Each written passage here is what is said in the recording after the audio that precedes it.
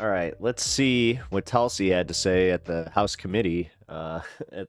Man, talk about a bad day to have like she was already scheduled to have this meeting, and that's when the whole scandal broke, and they put her like right in front of the fire. So let's take a look. Senator, I can attest to the fact that there were no classified or intelligence equities that were included in that chat group at any time. So, and I so the defer, attack sequencing and timing and weapons and targets, you don't consider should have been classified? I defer or were to the classified? Secretary of Defense, the National Security Council on that question. With respect to Texas, what? the assertions and the allegations that there was strike packages or Oh, Simply Steve. Hey, what up, dude? By the way, targeting information forgot to or welcome you things in. that relate to DOD, as I pointed out, the Secretary of Defense is the original classification authority for there it goes. determining whether something's classified or not. And as I've understood from media reports, the Secretary of Defense has said the information was not classified. Did this conversation Oh, Undead Banana was gifted a membership. That's why his name showed at some up. point Thank you. include I knew I saw it. information on weapons packages, targets, or timing? Not that I'm aware of. Director Gabbard, same question. Same answer, and defer to the Department of Defense on that question. So I understand that DoD policy prohibits discussion of even what is called controlled unclassified information, or CUI, on unsecured devices. Hey, Seth, is it happy hour yet? I Are mean, both of you- we established yesterday that his noon is essentially Are you aware his of happy that hour. DoD policy? Not familiar with the DOD policy, but I would say that the Secretary of Defense is the original classification authority for DOD in deciding what would be classified information. The deliberation between principals in our national security apparatus about whether or not to strike another country, would you consider that to be classified information? Pre-decisional strike deliberation should be conducted through classified channels. So the question has to be posed to Secretary Hegseth whether he declassified the information and at what point he did declassify it. Do you agree?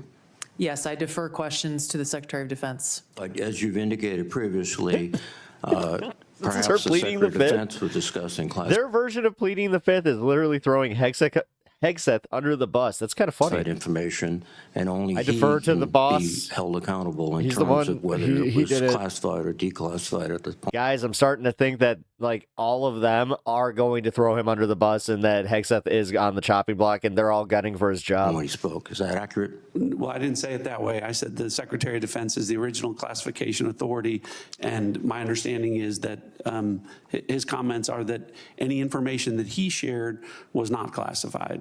But you have no way to verify that. I don't. Sabrina, the president, All right, though, cool. is saying that everyone else was using Signal. We're all doing it. Why don't you, in some respects? Is that standard in the federal government for data like this? It is not. And when I was at the White House, when I was at the Pentagon, I didn't have Signal on my work Tulsi has to play the long game to keep her boss Putin happy. She's in survival mode. phone. And so Signal is not she's an easy app target. that should be used Or he's an easy by target, government yeah. officials.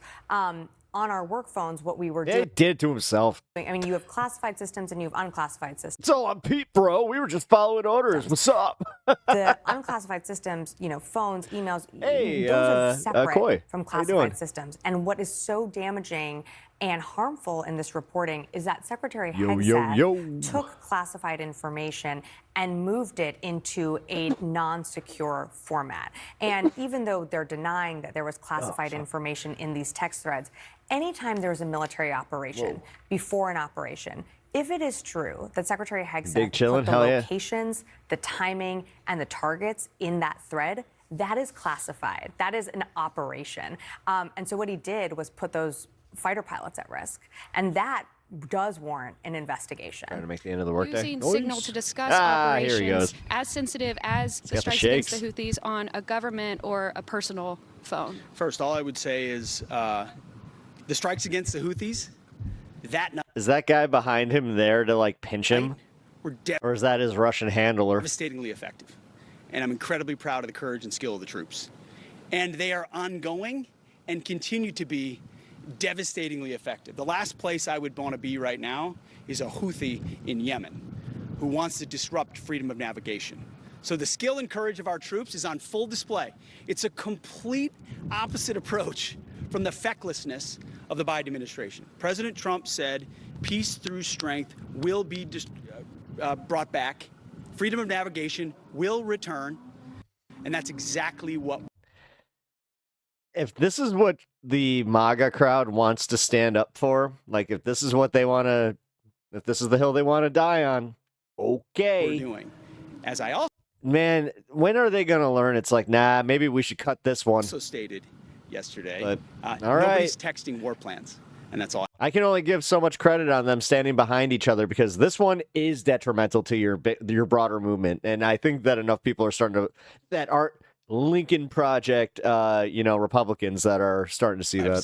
So those same troops that you are proud of, do you Bobbing his head a lot. regret putting information like the ones you did in the Signal chat that could endanger those same American service members? Nobody's texting more plans.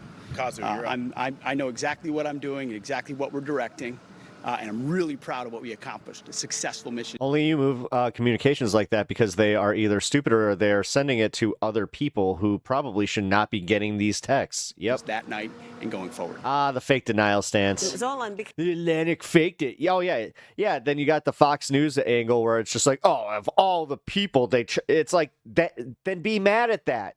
Why would they give it to the enemy? Why aren't you bringing that up? The mental gymnastics that they had to pull in, dude, you ever seen a writer's room? This was definitely more hectic than any writer's room you've ever seen because they were just like, guys, this is unbelievable. Like, what are we going to do? What are we going to do? because this is an important point. He is talking about the effectiveness of the troops, comparing it to what he called the fecklessness of the Biden administration's approach to this, and that he was proud of the troops because the strikes against the Houthis was devastatingly effective, to use his own words. But then he was very particular when he answered the question. Nobody's texting war plans. He did not go into the rest of the information about what else could have been. Is that enough to suggest that the reporting is inaccurate? I don't think it is. I mean, he literally looks like he's just an annoyed child, like, get to it, because I know I made a boo-boo, I gotta get through this. I just gotta get through this. If I can get through another 2 weeks of this news cycle where they just forget about this, then I'll be fine. I'll be fine. at this point, he is saying, I mean, war plans, correct me if I'm wrong, anyone here, especially someone who's worked for the Defense Department, but I don't think there's one legal term for war plans. He might be using his own discretion to describe what exactly the war plans are. Tragic mammal. You were the TM in my phone. Oh, no. In this instance. Look, How what did Jeffrey that happen? Goldberg reported is that there was sensitive details on this That's how you knew my strike plans in Fortnite. military I strike. don't even play Fortnite. Sent in this group chat just 2 hours before the strike. I think any They person literally that texted war plans. I know. Yeah, this is worse than the news really is just. I can't even use the term whitewashing because they're doing a bad job of it, but they are trying to just soften that edge where they're just like, okay, listen, this is bad. But it's like squeaky knife bad, not like, kitchen knife bad. that's reading this would consider that to be Meanwhile, it's freaking like, oh my God, that's a switchblade. plans for a war, right? So he might be using his own discretion there, but at this point, you're right. We have not heard a specific answer and a detailed answer from the Secretary of Defense of why were you talking about this just in general on Signal? Obviously, what checks were in place to ensure who else was in this channel? Why not talk about this in the space? This reminds me of the Hillary leaks. I mean, that's kind of where all right, so the Facebook takes that I've been seeing on this one. So your, 60-something-year-old aunt is like the one who loves Kamala a little too much in my life. Not trying to call her out or nothing, but I did see that's their new thing where they're just like, I don't ever want to hear about Kamala or Hillary's emails again. And that's fine. if I didn't see it over and over and over. The government creates for these sensitive conversations as well. Are you not just own up to it at this point? This is some hardcore attempts at gaslighting. Yeah, dude. And the thing is, their own base is just like, no. You're having enough Republicans that are like veterans that are just like, yo, dude, if I did this, I would have been court-martialed. This is fucked up. Like, I don't think that answer will. I saw somebody on TikTok say that. They're just like, listen, I voted for Trump. I voted for him. I love him. But guess what? I do not agree with this. I think, and they're like, fire Pete Hegseth. It was just like, he said it. I mean, he's wearing the red hat. He must be telling the truth. It's definitely not a parody account. Arose by any other name. It's not a Hillary is. Did you guys see her tweet? War plan I tweeted. But my emails. It was not a war plan that I sent. I had to say, if that was actually her, all right. Okay, maybe it was classified or sensitive information about location or strategy or anything else. Just like I admit it with Trump, funny's funny. So if she made a funny, it's kind of like Splinter. I made a funny. Umbrella and the point the same?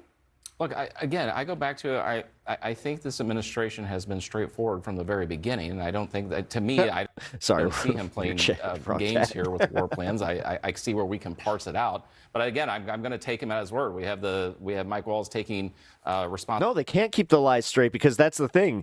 Everybody was already kind of like lockstep in their message, and then Hegseth fucked up, and he was just like, it's the guy, fake news. It's definitely fake news. And they were like, nah, dude, we already own this one, you dumbass. For this, so we have to take him at his word. And so I don't know what other suggestion there is to do, whether it is to release all of the information, but I mean, that's up to the administration, and that to me is what we're going to break, Walgo, is that I think that's what their review is all about, and that's what I assume this administration will continue to do. The thing about the review, too, I believe it's out of the NSC in the White House right now. One test that this creates, too, is, Kash Patel said that he would lead an FBI that would be independent in his confirmation hearings. Pam Bondi saying the same thing. Will we actually see any review from the Justice Department on this, or the FBI? It does create a real test there for that.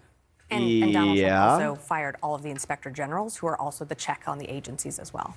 According to open source reporting at 11:44 on the morning. Weird how the guys that would actually have raised the alarm about this in the first place they're gone. Of March 15th, Secretary Hegseth put into this group text a detailed operation plan, including targets, the weapons we were going to be using, attack sequences, and timing.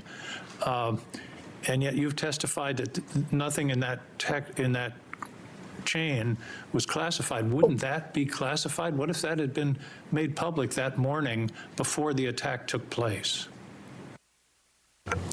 Senator, I can attest to the fact that there were no classified or intelligence equities that were included. How is she more annoying to hear right now? In that chat. Why? Look, this is more annoying than her usual, her voice has always kind of pissed me off, but right now when she clicked that microphone and her monotone, Senator, you know what? I have to defer to the DOD. My source tonight, you just heard from an independent senator from Maine, Senator Angus King, and thank you so much for being here. You seemed quite skeptical of the argument about this discussion not being classified, what they were talking about. If imminent military strikes aren't classified, Senator, what is? Well, that was exactly the question I asked. I mean, you heard the question. According to Jeffrey Goldberg, and he quite responsibly didn't report the details, but he said that Hegseth's text talked about the timing, the weapons, the targets, the sequencing. And as you say, if that isn't classified, I don't know what is. And I don't know. I don't understand the witnesses today saying that it wasn't classified. And of course, I followed up by saying, well, if it wasn't classified, then give us the whole text chain. Because if it isn't classified, let's see it here at the committee. And of course, there were no takers on that offer. And Caitlin, people talking about this being a mistake, that seems to be the word of the day to defense. Well, it was a mistake. Well, you and I have probably, texted to the wrong person by mistake, or perhaps joined a group that it wasn't the right one that we thought. But you're not the Director of National Intelligence, and I'm not the Secretary of Defense. We've all had that one moment where you're just like, oh no, national security officials in the country. And they were on a text chain that the Pentagon themselves, ironically, had said. Getting ready for work.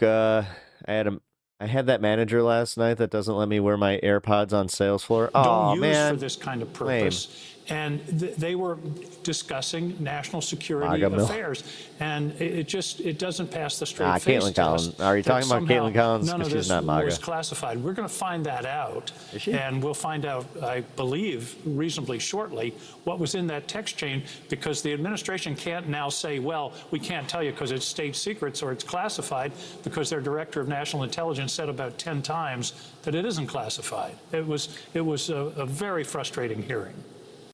Yeah, well, here, let's actually, this is part 2. This just happened today, so. Read the unclassified report, and I found a lot of continuity in the IC's assessment about critical threats to our national security compared to last year's assessment. The IC continues to see threats from our principal adversaries, China, Russia, Iran, and North Korea. I must say, though, that after these last 2 months, I'm worried that the call may be coming from inside the House. This report calls Russia, and I quote, an enduring potential threat to U.S. power, presence, and global interests. Be honest, chat. Tulsi's ultra MILF. But as far as I can tell, we're now on Team Kremlin. Behave. We vote with them and against our allies in the United Nations. I feel like I have to say that like We humiliate President Zelensky in the Oval Office. That's not. That was like if Dr. Evil was making fun of Austin. The president's chief Russian negotiator, Steve Witkoff, is repeating I don't know how Russian that one got talking pulled points out. and participating on a madcap signal chat about an attack on Yemen Madcap. while inside Russia. It's 420. USAID is gone, and with it, all American soft power. If I had time, I would ask the generals at this table about what it means to our national security to give up our soft power. We're no longer helping struggling nations in Africa. China, or worse, terrorists, are filling the vacuum. I wonder how many of those African countries will be named in next year's threat assessment. Thanks to Doge, the men we paid to guard the most vicious ISIS terrorists in the world in Syria walked off the job. Do you think we'll see their names in this document next year? Elon Musk fired the people who maintain our nuclear weapons. Does that feel like a threat to you? Apparently all of this mayhem is cheered by the President of the United States and by 20-somethings with laptops and nicknames like Big Balls. But I've been doing this for a long time, and I know that Moscow and Beijing and Tehran and Pyongyang cannot believe their luck. Now we come to learn that people in the most dangerous and sensitive jobs on the planet put extremely specific pre-decisional discussions about a military attack on signal, which could be intercepted by the Russians and the Chinese. Everyone here knows that the Russians or the Chinese could have gotten all of that information, and they could have passed it on to the Houthis, who easily could have repositioned weapons and altered their plans to knock down planes or sink ships. But it didn't happen. We learned our lesson. That's what Trump, I swear to God, that's how Trump is handling this. They learned their lesson. You know what? He made it. He made the oopsie. Everybody gets a second chance. I think that it's by the awesome grace of God that we are Really, not mourning Trump? dead Really? pilots Really? right Okay. now. The two general officers sitting at the table and the people who work for all of you know that if they had set up and participated in the signal chat, they would be gone. Yeah. And they know that there's only one. No, the fact is, this is illegal. Like, this was, they need to make a bigger deal of this. One response to a mistake of this magnitude. You apologize, you own it, and you stop everything until you can figure out what went wrong and how it might not ever happen again. Yeah. But that's not what happened. The Secretary of Defense responded with a brutal attack on the reporter who did not ask to be on the signal chain. Yesterday, our former colleague Mike Waltz did the same in the White House and then went on Fox But he infiltrated the signal chat with his initials. to call Jeff Goldberg a So loser. confusing. JG, I mean, come on, there's JGs everywhere. What do you think the people who work for you are seeing and learning from that? Jeff Goldblum? I mean, hey now. Guys, did you know? I just got this weird text from Pete Hegseth. Hey, man. Now, except for that last part, almost all of the mayhem slowly eroding our safety, our standing, and our security in the world has largely happened outside the IC. If you had a part in that, and I suspect you did, I thank you. I'll say it now and I'll say it again every time we see each other over the next couple of years. You must protect the thousands of patriots who go to work every day under you to keep us safe. You need to go to work every day thinking about their morale, their well-being, and their protection. I've done John Goodman. intelligence oversight for more than a decade. It's my job to ask you the tough questions and maybe even make you uncomfortable. John, Literally anybody with the initials JG just is like, what the fuck? I don't ever walk through your lobby and look at those 140 stars on the wall without choking up over the fact that men and women far better than I will give their lives to keep us safe. There's no way other countries should share intelligence with the USA anymore. There's about a dozen people in this room who know all their stories. That definitely is the equivalent of like one of your friends, you know, tells one of your big secrets and you're just like, hey, why don't you go in the other room? I'm talking to people. It's just like, what? It's like, no, you did this to yourself. And you know, and I know, that many of the men and women who have stars on that wall died because of bad decisions or poor judgment by their leaders. We've all worked together before. 877 cash and now. Recent events notwithstanding. Do not get if you're trying to get. We need you to succeed. Your people and our safety requires you to succeed. I really hope you do. I have a structured settlement and I need cash now. But let me say now that if some overcaffeinated 20-year-old succeeds in firing your linguists or your mathematicians or your paramilitary officers, if you shut down some unit because Steve Bannon or Seb Gorka doesn't like it, America will be left. Undead Banana, I plead the fifth. Dude, the thing is, they're not. They're not pleading the fifth. Tulsi Gabbard could have pled the fifth all day yesterday. They didn't. They kept deferring back to Pete Hegseth. That's why I'm like, oh, no. They're throwing him under the bus. He's in Hawaii, and they're doing, like, literally, it's Tulsi and the guy who started the group chat, the guy who's technically, it was his fault. He's even going like, I defer to Pete Hegseth because, and people will get hurt. Come on, man. I and this committee, I love how dumb they think their base is. Will be very unkind. And they got Mr. Himes here essentially calling it out in the nicest way and like most professional way he could. He's like, oh shit, I'm on. Gentleman yields. Now recognize Director Gabbard to make a statement on behalf. Guys, conspiracy. She's the leader. She's the shadow leader. She's controlling everything. I've actually, okay, I'm not trying to do a call out. I just think it is funny because Honeybee was she was watching another conspiracy streamer, and they were talking about how, like, in another one of these Senate committees, they kept showing, like, how an aide would correct somebody, and they showed an aide correcting Bernie Sanders, and they're just like, yeah, look, this is who's actually controlling America. I was just like, man, it's like I don't think you understand how common this is and how this is like, yeah, interesting video until you realize what it actually is. Chairman Crawford and Ranking Member Himes, members of the committee, thank you for the opportunity for So us to boring. be here to present the 2025 annual Honorable threat assessment. I'm joined here by my colleagues. This reminds me of Liar Liar, where and the honorable, and everybody's just like, he's like, and the CIA, DIA, FBI, and NSA. Our testimony Your today mom. offers the collective assessment of the 18 U.S. intelligence elements making up the U.S. intelligence community and draws on the intelligence collection and information available to the IC from open source and private sector and the expertise of our analysts. It evaluates what the IC assesses most threatens our people and our nation's ability to live in a peaceful, free, secure, and prosperous society.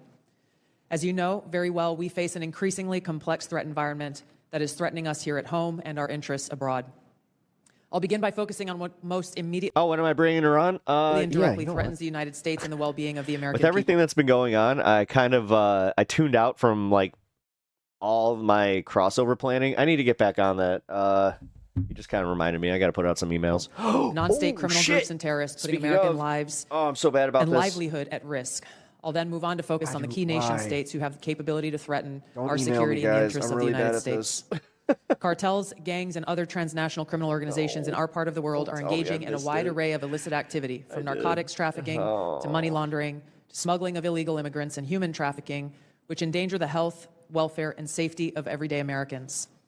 Based on our latest reporting available for the year-long period ending October 2024, cartels were largely responsible for the deaths of more than 54,000 American citizens due to synthetic opioids. Mexico-based transnational criminal organizations are the main suppliers of illicit fentanyl to the U.S. market and are quickly adapting to enforcement and regulatory pressures by using multiple sources and methods to procure precursor chemicals and equipment, primarily from China and India, many of which are dual-use chemicals used in legitimate industries. Independent fentanyl producers are also increasingly fragmenting the drug trade in Mexico. The ready availability of precursor chemicals and ease of making illicit fentanyl have enabled independent actors to increase illicit fentanyl production and smuggling operations in Mexico. Cartels are profiting from human trafficking and have likely facilitated more than 2 million illegal immigrants encountered by law enforcement at the U.S. southwest border in 2024 alone, straining our vital resources and putting the American people at risk. Criminal groups drive much of the unrest and lawlessness in the Western Hemisphere. They also engage in extortion, weapons and human smuggling, and other illicit and dangerous revenue-seeking operations, including kidnapping for ransom, forced labor, and sex trafficking. While some of these key drivers of migrants are expected to persist, heightened U.S. border security enforcement and deportations I just got your email. under the Trump administration are proving to serve as a deterrent for migrants seeking to illegally cross our borders. U.S. Border Patrol apprehensions along the southwest border in January 2025 dropped 85% from the same period in 2024. Transnational Islamist extremists such as ISIS and al-Qaeda and affiliated jihadi groups continue to pursue, enable... Breaking news. Top Trump officials' private data and passwords have surfaced online, including Pete Hegseth, Mike Waltz, and Tulsi Gabbard. This data could potentially be used by America's enemies to hack into the unsecured Signal chat where the discussed war plans. Or inspire attacks against the United States and... Holy shit, guys. ...and our citizens Holy abroad shit. and within the homeland to advance their ultimate objective of establishing a global Islamist caliphate. Just when you thought it This couldn't includes get any heightened efforts to worse. spread their ideology to recruit and radicalize individuals in the U.S. and the West. While the New Year's... Tulsi. Oh, this is so weird because this is a few hours old. Oh my God. Does she know that it leaked while she's... oh my God. Did they know? Because this was this just broke. I just got this from Brian Tyler Cohen. Holy shit, dude. Like you sent it to me, personally. It was in my freaking notifications. Day attacker in New Orleans That'd be cool. had no known direct contact like, with ISIS terrorists. left this He was pamphlet. influenced and radicalized by part of ISIS it. ideological propaganda, as one example. Al-Qaeda and its affiliates continue to call for attacks against the United States as they conduct Anonymous attacks at work. overseas. These jihadist groups have shown their ability to adapt and evolve, including using new technology and tactics to spread their ideology and recruit new followers. A range of non-state cyber criminals are also targeting our economic interests, our critical infrastructure, and advanced commercial capability. Signalgate, BTC got my phone. Wait a minute. For extortion, other coercive pursuits, and Didn't think about financial that. gain. These actors are using a variety of tactics, including phishing, ransomware, and denial. I just rolled the dice randomly. Guys. Hold on. I'm going to just lightly pick it up and then lift it. I just rolled a nat 20. Denial of service attacks to disrupt our systems and steal sensitive and lucrative information, using available technologies and taking advantage of U.S. cyber vulnerability. Undead over here simping hard for Tulsi. Ransomware actors last year, for example, attacked the largest payment processor for U.S. healthcare institutions, and another set of criminal actors conducted cyber attacks against U.S. water utilities. Some of these non-state cyber actors also operate as proxies for or emulate similar activities being carried out by major state actors. The IC sees China, Russia, Iran, and North Korea engaging in activities that could challenge U.S. capabilities and interests, especially related to our security and economy.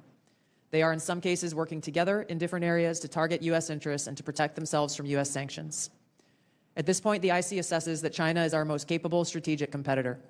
Under the leadership of Xi Jinping, the People's Republic of China seeks to position itself as a leading power in the world stage, economically, technologically, and militarily. Beijing is driven in part by a belief that Washington is pursuing a broad effort to contain China's rise and undermine CCP rule. China's most serious domestic challenge is probably China's slowing economy and the potential instability that could occur if socioeconomic grievances lead to large-scale unrest.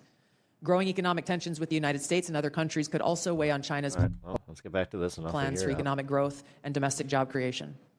China's military is fielding advanced capabilities, including hypersonic weapons, stealth aircraft, advanced submarines, stronger space and cyber warfare assets, and a larger arsenal of nuclear weapons. While it appears they would like to develop and maintain positive ties with the United States and the Trump administration to advance its own interests and avoid conflict, China is building its military capability in part to gain an advantage in the event of a military conflict with the United States around the issue of China's efforts towards unification with the Republic of China or Taiwan.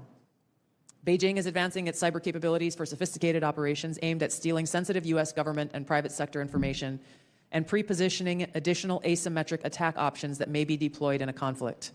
China's cyber activities have been linked to multiple high-profile breaches, including last year's massive compromise of U.S. telecom infrastructure, commonly referred to as Salt Typhoon. Beijing currently dominates global markets and strategically important supply chains, for example, with the mining and processing of several critical minerals. In December, China imposed an export ban to the United States on gallium, germanium, and antimony, all of which are important to the production of semiconductors and our defense technologies. This was in direct response to U.S. export controls on chips designed to broadly limit PRC access to advanced chips and chip-making equipment. Interesting. China also aims to compete in other critical global industries, including AI, legacy semiconductor chip production, biomanufacturing, okay, so I'm just hoping BTC didn't get ahead of himself. and genetic sequencing, and medical and pharmaceutical supply production. Russia's nuclear and conventional military capabilities, along with its demonstrated economic and military resilience, make it a Undead, chill, bro, chill. You're getting a little too like, hey, man, like, calm down, calm down. formidable I would say this if we were at a bar too. It's just like, bro. competitor. Moscow has more nuclear weapons than any other For just being like, okay, yeah, you make your case, but nation. come on, It could don't be inflict crass. You got catastrophic ladies in damage here. on the United States and the world in the event of a major war that Russian leaders feared put them and their Sorry, regime I gotta stop saying that. at serious risk. In late 2024, Russia announced updates to its public nuclear doctrine, expanding the conditions under which Russia would consider using nuclear weapons. Russia is building a more modern and survivable nuclear force my head. designed to circumvent U.S. missile defense through reliable retaliatory strike potential. It intends to deter the U.S. by holding the U.S. homeland at risk and by having the capabilities to threaten nuclear war in a conflict. Okay. Russia's not developed advanced interested in cyber her capabilities reading and has attempted to any of pre-position this. access to U.S. They gave critical her this infrastructure much time for to asymmetric read her options. report and not answer questions. Here, let's I want get. to talk about, before I get into the threats, I want to talk about something we've talked about in this committee and in this setting before. We've had IC agency leaders commit to complying with our document requests but not follow through. And I don't know if this is due to direction from previous administration or middle management obstruction. About what your responsibilities are and my obligation to keep you fully and currently informed, and I will do that. Appreciate that. General Cruz. Chairman, All of right. course, you have our continued support on this critically important effort for the nation. Thank you. I Oh, appreciate Cash that. Patel is here. Here we Following go. update. Here, Mr. Himes. Director We're Patel, gonna you just said- fast forward to Himes, pretty Yield much. And recognize Ranking Member Himes for 5 minutes. Thank you, Mr. Chairman. I'm gonna. There's something I I care gotta as much eat a about Pringle or as two the national to security of the enjoy United States, this. the powers and prerogatives of this Congress and its oversight duties. So I want to spend a minute or so on yesterday's testimony in front of the Senate and direct these questions in particular to Director Patel and Director Gabbard. Yesterday, Senator Heinrich asked, did this conversation, referring to the signal chat, include information on weapons, packages, targets, or timing? Director Patel, you said not that I'm aware of. Director Gabbard, you said same answer. This morning we learned that the signal chat included the following update, forward-looking update from the Secretary of Defense. Time now, 11:44 Eastern Time. Weather is favorable. Just confirmed with CENTCOM. We are go for mission launch. 12:15 Eastern Time. F-18 launch. First strike package. 13:45 trigger-based F-18. First strike window starts. Target terrorist is at his known location, so should be on time. Also, strike drones launch. MQ-9s. 14:10. More F-18s launch. Second strike. Do either of the directors want to reflect? Senate, you were on this. You were on the signal chat, correct? No. Okay, but did you review the material It wasn't classified because it was on Signal. on the signal chat? No, I wasn't Okay. on it. Director Gabbard. That's the reason that it wasn't classified. Yes, Ranking Member. My answer yesterday was based on my recollection or the lack thereof on the details that were posted there. I was not, and what was shared today reflects the fact that I was not directly involved with that part of the signal chat and replied at the end reflecting the effects, the very brief effects that the That's National weird. Security Says Advisor here that you had were. shared. So it's your testimony that less than 2 weeks ago, you were on a signal chat that had all of this information about F-18s and MQ-9 Reapers and targets on strike, and you in that 2-week period simply forgot that that was there. That's your testimony? My testimony is I did not recall the exact details of what was included there. That was not your testimony. Your testimony was that you were not aware of anything related to weapons packages, targets, and timing. As the testimony yesterday continued on, there were further questions related to that, where I acknowledged that there was conversation about weapons, and I don't remember the exact wording that I used, but I did not recall the specific details that were included. Director Gabbard, you've reasserted that there was no classified information. I think we can all agree that that information shouldn't have been out there. But let me ask you this. Are you familiar with the ODNI's classification guidance? I'm familiar I've actually with got it. Oh shit, Undead. Apparently this is Der Spiegel? Spiegel.de? Copy right here. Here, I'll send you the if link. I read you a part of that guidance, I wonder if you could tell me what the level of classification indicated is. I'm reading from your classification this isn't guidance, German. and the criteria Don't know how is to read information German. providing indication or advance warning that the U.S. or its allies are preparing an attack. Do you recall what your own guidance would suggest that be classified? I don't have the specifics in front of me, but it would point to what was shared would fall under the DoD's classification system and the Secretary of Defense's authority. So let me help you, because there's a very clear answer. And what is not. I guess you don't have it, but information providing, this is the ODNI guidance. I love these gotcha moments. These are fun. Information providing indication or advance warning that the U.S. or its allies are preparing an attack should be classified as top secret. Do you disagree with that? I don't disagree with that. I just point out that the DoD classification guidance is separate from the ODNI's classification guidance. Do you think it would be materially different? Ultimately, the Secretary of Defense holds the authority to classify or declassify. Mr. Hegseth? Do you think it's likely that DoD guidance is materially different from what I just read? I haven't reviewed the DoD guidance, so I can't comment. Director Gabbard, I like that Pringles are something that I could smugly snack on. Punch emojis and fire emojis. It's a lack of sobriety. Yes! No, it's the strongman emojis. I don't mean that literally. But I have one last question for you, because I think people really listen to what you have to say. What up, distracting? You, on March 15th, as DNI, retweeted a post from Ian Miles Chong, who is listed on RT. Just real quick, this reminds me of the joke from Mitch Hedberg, where he's just like, I think that that Pringles, they used to be tennis ball. They used to make tennis balls, and then they got shipped a bunch of potatoes, and they were just like, you know what? And they made the best of it, and they were like, you know what? Chop them up. That's Russia Today's website as, quote, a political and cultural commentator who has contributed content to RT since at Pringles is a laid-back company. least 2022. Director Gabbard, do you think that it's responsible for you as head of the intelligence community and the principal's presidential intelligence advisor to retweet posts from individuals affiliated with Russian state media? Nice. That retweet came from my personal account, and I would have to go back to look at the substance of the tweet. That came from my personal account. Look at... Man. Shocked Tulsi face is kind of like, oh, you're dumber than I thought. Can I, just so that we don't have a lack of confusion amongst our allies and enemies and us, can I act perhaps that you not think that you should be saying one thing on your personal account than you say officially? I maintain my First Amendment rights to be able to express my own personal views on different issues. Thank you. I yield back, Mr. Chairman. Gentleman yields now. Recognize the distinguished Vice Chairman. Not a great answer there, Tulsi. Yeah, now, for not the a first great 30 answer. seconds, Mr. Ratcliffe, or Director Seriously. Ratcliffe, formerly known as Yikes. Texas, from this Mississippi guy. I'd like to give you 30 seconds if you have anything to respond to what Ms. Gabbard Director Gabbard, just said. Well, Mississippi, it's good to see you again, and I appreciate the opportunity. You know, there's so much talk about this Atlantic article and about things that were said and that could have happened instead of a focus on what did happen. So my responsibility as CIA director, one of its responsibilities is to kill terrorists. And that's exactly what I did along with President Trump's excellent national security team. That's what we should be focused on. With regard to that article, I also would appreciate the opportunity to relay the fact that yesterday I spent 4 hours answering questions from senators as a result of that article that were intimating that I transmitted classified information because there were hidden messages. Those messages were revealed today and revealed that I did not transmit classified information, and that the reporter, who I don't know, I think intentionally intended it to indicate that. That reporter also indicated that I had released the name of an undercover CIA operative in that signal chat. In fact, I had released the name of my chief of staff, who is not operating undercover.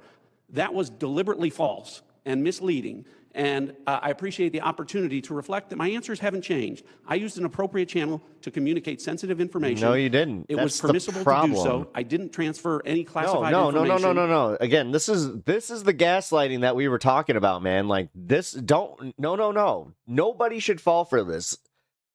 Every single person that is in the CIA is even saying, You don't use fucking Signal. And he's just like, this was an appropriate channel. This is the director of the CIA. This is why, guys, I'm not going to be able to watch any espionage movies for a long time and actually take them seriously.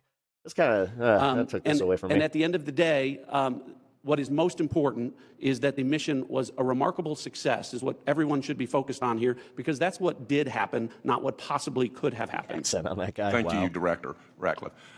Director Patel, thank you for the great job that you've really done. addictive. So, first of all, your coordination and trying to comply with the letter that was sent last year and the year before asking for the baseball shooting, of which what I got was basically what happened on the field, and I was there, so I don't need to know that, although no one from the FBI ever talked to me about what happened. They talked to people who were not there. But I appreciate your commitment to getting us the full unredacted report, or the redactions are to protect innocent people who are not part of the process, not the people who made decisions to classify that as suicide by cop, as opposed to an assassination attempt of many members of Congress, of which I was one. Thank you for your commitment, Director Patel, because I know that you will give us what we have asked for so that we can put this to rest. Mr. Winstrup, myself, ding balls. This is not serious enough for you? And several others. Can I get your commitment to do that, Director Patel? In fact, I just got an update, Mr. Vice Chairman. Someone showed up in dad suit today. For my team, you'll have all of those materials to you and your committee by the close of business today, or at the latest tomorrow morning. And just really quickly, Director Ratcliffe, and I don't want to go over time. I think it's so important for everybody to have their time. Can you tell me the impact that DOJ has had in causing you to fire people you shouldn't have fired, or release people who are instruments of national security no longer there? Tell me if you've had any impact specifically that DOJ has caused you to lose someone who was necessary for national security. Given the fact that as of this date, no one from DOJ has been on the CIA campus, and I've had no direct communication with DOJ other than conversations with Elon Musk at cabinet meetings, I would say the impact is zero. Director Patel? I'm in a similar situation. We do work with DOJ on government efficiencies, but I have not seen any negative impacts at the FBI. Thank you very much. And Director Gabbard, it's good to see you again, too. I think we were freshmen together, you and I and Director Ratcliffe, and I'm here and you guys are there. Have you seen any impact across the whole IC that DOJ has caused things that you can't respond to? Yeah, thank you, Congressman. It's great to see you all again here. Glaze. Here, let's get a actual, challenge. Including lone wolves, white nationalists motivated by focus on the direct threats that we have the ability to affect and impact. Some of those were included here that you mentioned with regard to the effects and impacts of USAID. That assessment has not yet been done, or at least to my knowledge, and was not considered to be included here. Director Patel, this year's assessment, sir, confirms a threat I've worked on for a number of years, domestic extremists, including lone wolves, white nationalists motivated by racial or anti-government grievances, even religious grievances. Mr. Director, a few yes or no questions. Do you, sir, agree that these domestic threats must be addressed as thoroughly as foreign extremists? All threats like that will be treated equally, yes, sir. Is it true, sir, you moved personnel out of the FBI section responsible for countering domestic violent extremists? I don't believe I did that. Is it true, sir, that you've discussed disbanding this section? I don't believe I've done that. Will you pledge today, sir, not to disband this critical section? Well, we have video of you doing it. I still don't believe I did that. That's not me. I will pledge to you today that any personnel if you've ever seen the movie X-Men, then you would know that that is Mystique. Matters that are being worked on. We have actually, that's one of the shape-shifting squirrels. Yeah, we're in Marvel Universe now, right? The congressional Shit, sometimes I feel like I woke up and I am. Mr. Chairman, I yield back. Gentleman, Way yes, and I dumber recognize the gentleman version. from Illinois, the former federal prosecutor, Mr. LaHood. Well, thank you, Mr. Chairman. I want to thank all of our witnesses today for your service to our country. And I want to focus my questions this morning on FISA Section 702. And Director Ratcliffe, welcome back to the committee. In your confirmation hearing before the Senate, you were asked extensively about FISA and Section 702, and I think laid out a compelling narrative on how, as you described it, quote, how indispensable it is to national security. Boring. You were also asked about a warrant requirement on Section 702. Ask a good question. And your not this certainly FISA wouldn't crap. be What's collecting on this? a U.S. person. Who's this guy? No, I understand. haven't seen you saying before. But if you did your job and collected it Castro. from the Russian Foreign Ministry and the National Security Advisor and the Secretary of Defense and the President's Chief Advisor, there is no way, having sat on this committee for 9 years, that somebody would come in with that information and give us something that says, unclassified, you can walk out of this room with this information and give it to whomever you want. You know, with all respect, You and I worked on the committee at the same time. Tulsi, you and I came in together. I've never had an issue of beef with you. John, you and I are both from Texas. Y'all know that's a lie. It's a lie to the country. Yep. I want to ask about the Alien Enemies Act really quick while I have time. The president has used the Alien Enemies Act, a wartime authority last used to detain German and Japanese nationals during World War II, to summarily deport people accused of being members of the Venezuelan gang Tren de Agua. To invoke this... I was watching a clip today of Trump's mispronouncing it, where he's doing his famous where he reads like this. Where I can't really see it. I mean, everybody made fun of Joe Biden. Technically, I'm doing the exact same thing. I got to squint. We're all old. Technically, we are all geriatrics, right? Right?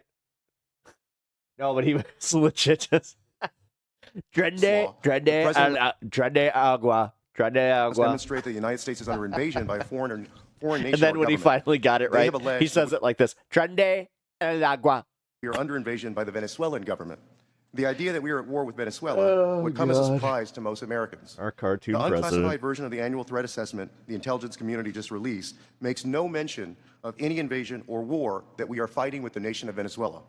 You would think our nation being at war would merit at least a small reference in this threat assessment. And Director Ratcliffe, does the intelligence community assess that we are currently at war? One of my favorite mistakes he made in the old administration was the storming of the beaches of the airport. Or being invaded by the nation of Venezuela? We have no assessment that says that.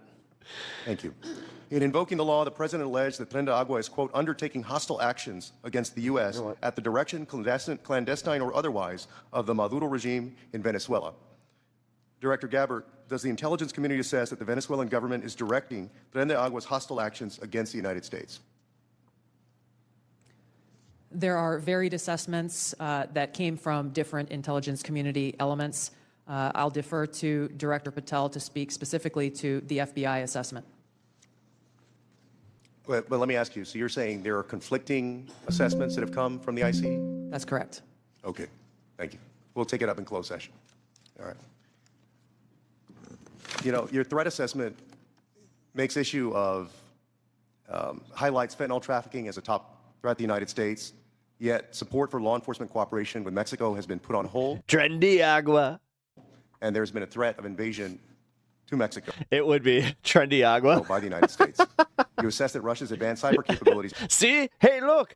Hey, Donald Trump, he totally supported us, man. Come on. Make a persistent counterintelligence cyber threat. You know it's good water. Yet the administration shut down the unit at the Cybersecurity Infrastructure Agency tasked with Bongo stopping de Russian God. cyber attacks. There's so many other ways that the actions of this administration have contradicted this threat assessment. Bongo de God. is making the world and the United States more dangerous. In that chat. Lieutenant General Cruz, I'd like to talk to you about a couple things real quick.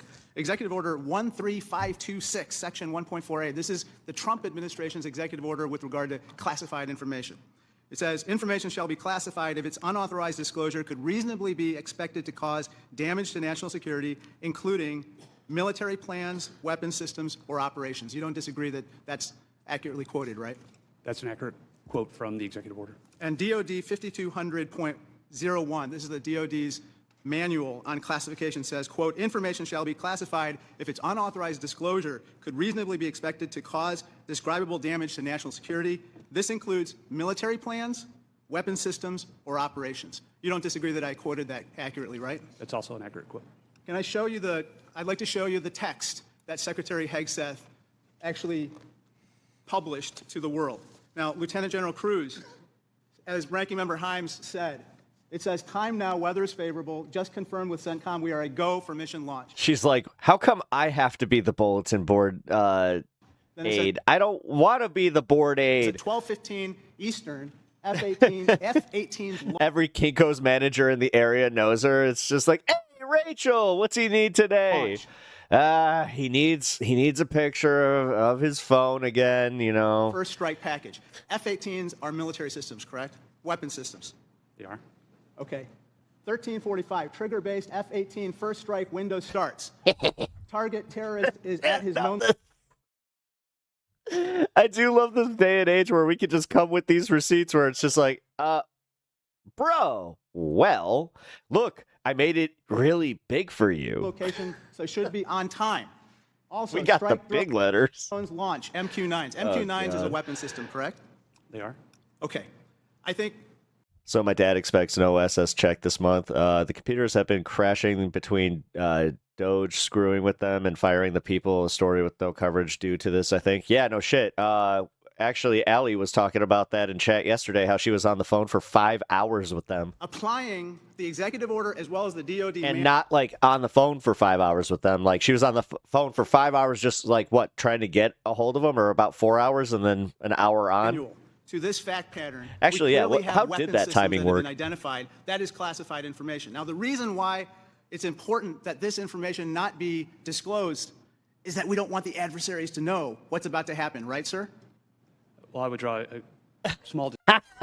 Dude, I'm no body language expert, but every mofo on this council looks so uncomfortable when they continue to talk. Like, every time that they get a Republican on here that's like, thank you for your service, I would like to talk about SB 420, this very random glaze your nuts, thank you for your service again. And then it's just like, I yield back, and they're like, and then it's like, I would like to talk about this text exchange you had over Signal. It's like, crap. Distinction there. You referenced and asked if that platform, those two platforms, are weapon systems. They are, but those terms are used all across the globe in a lot of I contexts. feel really bad for my dad. He's a year or two out from retirement, and he's worried SS will be gone by the time he gets out. So it's really about how they're Yeah, guess what? Before it was a 78% guarantee. Now, used in the context of good luck even trying to apply for it. Clarify that the use of those. I understand. Thankfully, he has some pensions, but this is going to hit him hard. No, this is it. Yeah, dude, this is actually. I have a feeling this could make it so. Oh shit! I just realized that my situation with my mom is a little bit worse than I thought. In this Oh no! Oh no! situation, those are operational details. Oh, he didn't tell me about it. That's why, though. They are operational details, shit. but Gotta again, make a as phone you call. quoted the DoD instruction, it's about operations. So as you further go down into shit. what are the operational details, I think as we had a discussion yesterday, the important aspect, I think all of us are very familiar with. This is classified information. This is classified information. It's a weapon system as well as sequence of. But it's not classified now. We made sure that we said it wasn't classified because we're the ones who would technically place this under a classified. But classified? Strikes as well as details about the operations. And so I think that just piggybacking off of what some other members have said, using the DOD's manual as well as the executive order in operation today with the Trump administration, this text message is clearly classified information. Having an epiphany midstream. I actually kind of did. I'm like, oh no! I just realized I kind of overlooked something. Where had I probably been in like my whole like right mind, I would know. Like I would have seen it. He needs to resign immediately.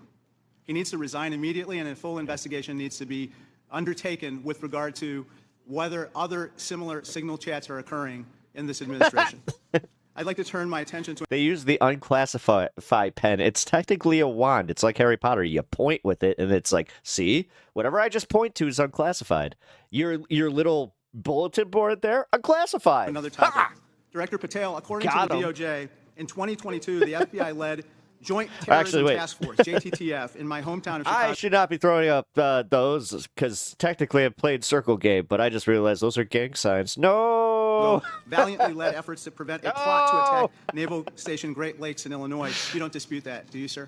I'm not familiar with it, but I don't dispute what you're telling me. Thank you. A memo obtained by ABC. Hey, that's literally Lake Illinois to you, sir. 7 News of Chicago. Respect the name. Said that this task force will now be, quote, actively supporting, close quote, the Department of Homeland Security and its immigration enforcement. You don't dispute that either, do you? I'm just not familiar with it, sir. Okay. Sir, I just have to say, the Someone get that man a fitting jacket. DOJ has now tasked JTTFs to shift some. He literally looks like Dewey from Malcolm in the Middle. Went up to this with Bryan Cranston's jacket and glasses. To immigration enforcement Like this. efforts. And I don't say this lightly. If there's a terrorist attack anywhere in the country, including in Chicago.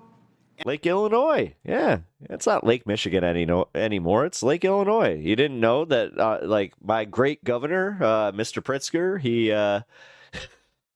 That right there is going to piss off a lot of people. Where like even like on the left, they're like, "Oh, come on, man." And it was because the JTTFs in part shifted resources. But yeah, he made it Lake Illinois. They'll be held to pay. Thank you, sir. Gentleman's time has expired. Gentleman from Georgia, Mr. Scott. Thank you, Mr. Chairman. Director Gabbard, was the target terrorist named in the text, or was it simply referred to as target terrorist? The target was not named. Thank you. Was the location named? Congressman, no locations were named. Thank you. Director Patel, there was a specific accusation made about how close we are working with Mexico currently. My understanding, and I want to congratulate you on this, and I think it shows a shift of focus at the FBI. Why is he? What's with this dude's eyes? What's he so shifty about? He looks like that. He's like, oh. Since you've taken over to what it should have been doing all along, which is chasing. What is he doing? 10 most wanted that are threatening our country. My understanding He looks is like that he has to shit really bad.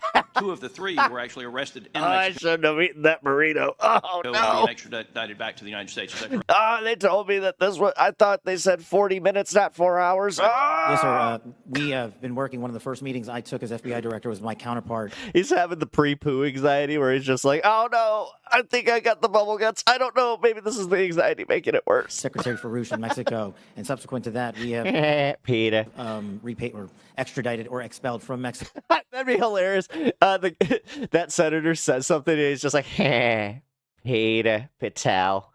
Go to top 10 of the FBI's most wanted list. He said he's honorable. And 33 other criminals. Hey. Well, it sounds to me like we're working closer with them today than we have in the last several years.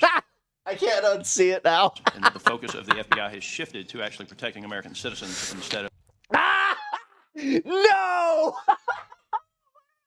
No! Oh, God, can this guy do a React stream, please? Whatever he is...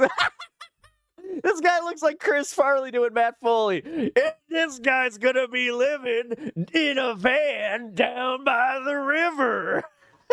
Dude, look at him. Look at him. I'm so glad. Look. Here, we gotta do this again. What did he say? Congratulate you on this, and I think it shows a shift of focus at the FBI since you've taken over to what it should have been doing all along, which is chasing the 10 most wanted that are threatening our country. My understanding is that 2 of the 3 were actually arrested in Mexico and are being extradited back to the United States. Is that correct? Yes, sir. We have been working. One of the first meetings I took as FBI director was my counterpart, Secretary Farouche. Wait, where's my man's? Did I not go back far enough? Oh shit! I hate when I do that. Thank you. Was the location named? Congressman, no locations were named. Thank you. Director Patel, there was a specific accusation made. Why is he so like nervous? What is up with in my him? hometown of Chicago, Valley. Wait, I'm just not familiar with it, sir. Okay. No, I really did go back too far. Fuck. There was a specific accusation made about how close we are working with Mexico. He does kind of look like that. My understanding, and I want to congratulate you on this, and I think it shows a shift of focus at the FBI since you've taken over to what it should have been doing all along, which is chasing the 10 most wanted that are threatening our country. My understanding is that 2 of the 3 were actually arrested in Mexico and are being extradited back. Maybe Honeybee was onto something. Maybe he is using his mind control over this guy. Like, this guy is a puppet. Although, what's going on with her? Why is she laughing? Back to the United States, is that correct? Yes, sir. We have been working. One of the first meetings I took as FBI director was my counterpart, Secretary Farouche in Mexico. And subsequent to that, we have repaid or extradited excuse me, I believe you. from Mexico to top 10 of the FBI's most wanted. Man, Milton playing the long game. List and 33 other criminals. I took it to Congress. I'm going to have the Supreme Court's. Well, it sounds to me like we're working closer with them today than we have in the last several years, and that the focus of the FBI has shifted to actually protecting American citizens instead. He does look like Preston from Jackass.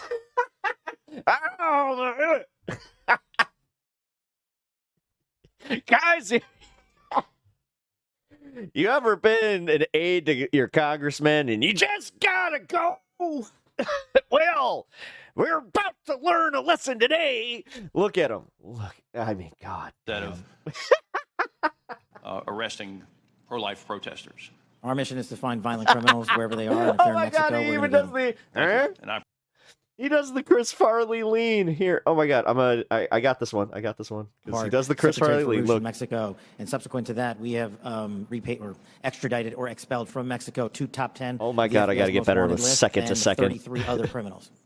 Well, it sounds to me like we're working closer with them today than we have in the last several years, and that the focus of the FBI has shifted to actually protecting American citizens instead of. Has it? Has it though? Like that's what got this guy. Arresting pro-life protesters. Our mission is to find what was that? find violent criminals wherever they are, and if they're in Mexico, we're going to get them. Thank you, and I appreciate. He's there to distract us, paid by silly, or paid to be silly. I read that as paid by silly, which is even better. The focus of the FBI. I want to talk with you a little bit about the counterintelligence. He does threats, look like Preston from Jackass. Now that you say one that. of which was an active duty U.S. Army soldier charged with conspiring to He's got a remote shock collar on his balls. That's what that was. National defense information to individuals located in China. What can you say in this setting, or can you briefly explain? I mean, your work. This guy's questions suck. I haven't heard a word he said. This guy, brilliant. Can we just make everything about agency make partners him run to for identify and Congress? neutralize intelligence threats in the United States around this example? For me, sir? Yes, sir. Generally speaking, on counterintelligence and countering espionage, whether it's from adversaries like the CCP, Russia, Iran, or otherwise, we have prioritized them blah, blah, blah. As an equally violent criminal enterprise seeking to do harm to our critical infrastructure and also to exploit and steal our data, whether it's government or private personnel. And so we have expanded our resources into them. So you care about that now? All of a sudden? Like, huh? And working with the agency to make it a Speaking priority. out one side. I want to move on to the issue of the threshold of parole under the previous administration and the number of illegal immigrants that have come into this country, including people with known membership in terrorist groups. Again, I think she might be onto something. It takes two. So these two must be mentally controlling this guy, right? Right? Or is she assigned to this guy? That pose a risk and that we have captured and are being deported. Are we sharing? I'm playing the game now. I'm going for it. Screw it. We're doing conspiracy streams now. To relocate or operate abroad? What we are doing at the FBI is sharing the information we're allowed to with our Five Eye partners, and then on an individual basis, we are trying to share information with other partners who deemed individuals that they find of consequence. Okay. As you move further into your position, if you have additional recommendations on how we better share information, please Come let us on, know. make fun of your faces. Director Ratcliffe, China's influence on the Panama Canal has increased since 2017. Panama became the first Latin American I don't think that this guy's going to be talking about anything more interesting. country to sign on to China's Belt and Road Initiative.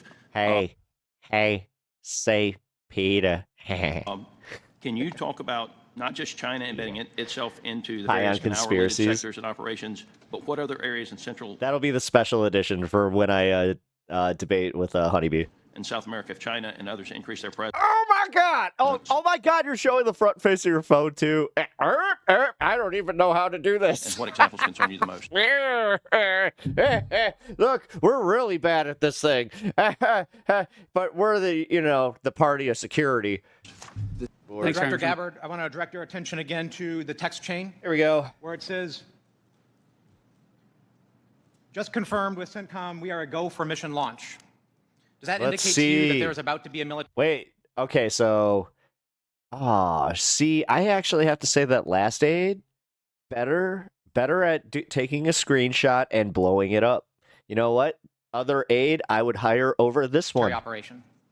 Yes. Director Gabbard, earlier. She looks so pissed. In this hearing. She's just like, damn it, again. We heard about the DOD's classification standards. I want to now turn my attention every to time that they classification do this, I'm like, standards. ooh, You're I'm the Director hungry. of National Intelligence.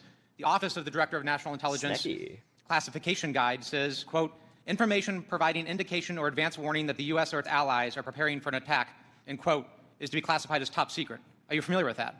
Yes. Director Gabbard, have the Houthis indicated an ability to shoot down American aircraft?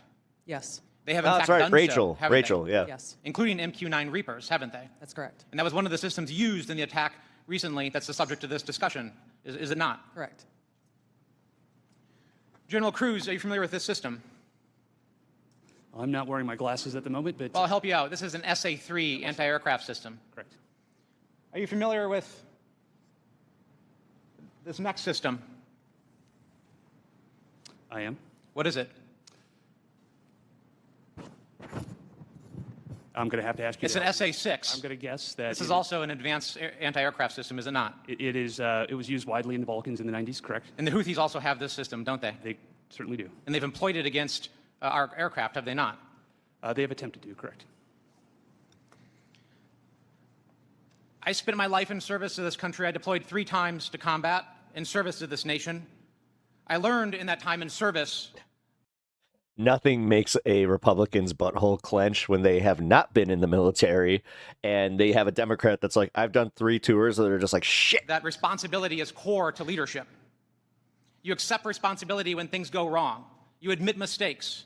Guys, I thought we weren't going to bring this up again. It's so silly. It's just a chat, guys. It's just a chat. You set the standard from the Wait, did she actually say that? very top.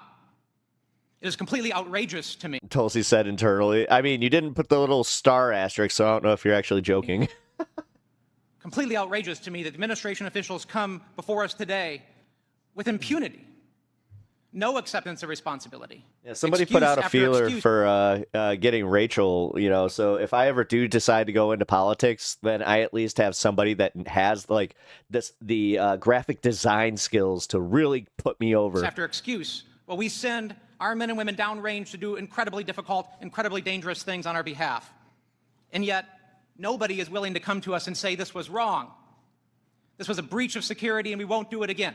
No, you literally have Daddy President going, you know what, he made the oopsie. He learned his lesson. He's little Petey.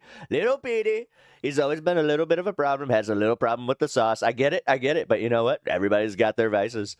It is outrageous and it is a leadership My vice is golf, you know. failure, and that's why Secretary Hegseth, who undoubtedly transmitted classified Golf and McDonald's, sometimes at the same time. I live dangerously. operational My cardiologists, that's what they say. information via this chain must resign immediately.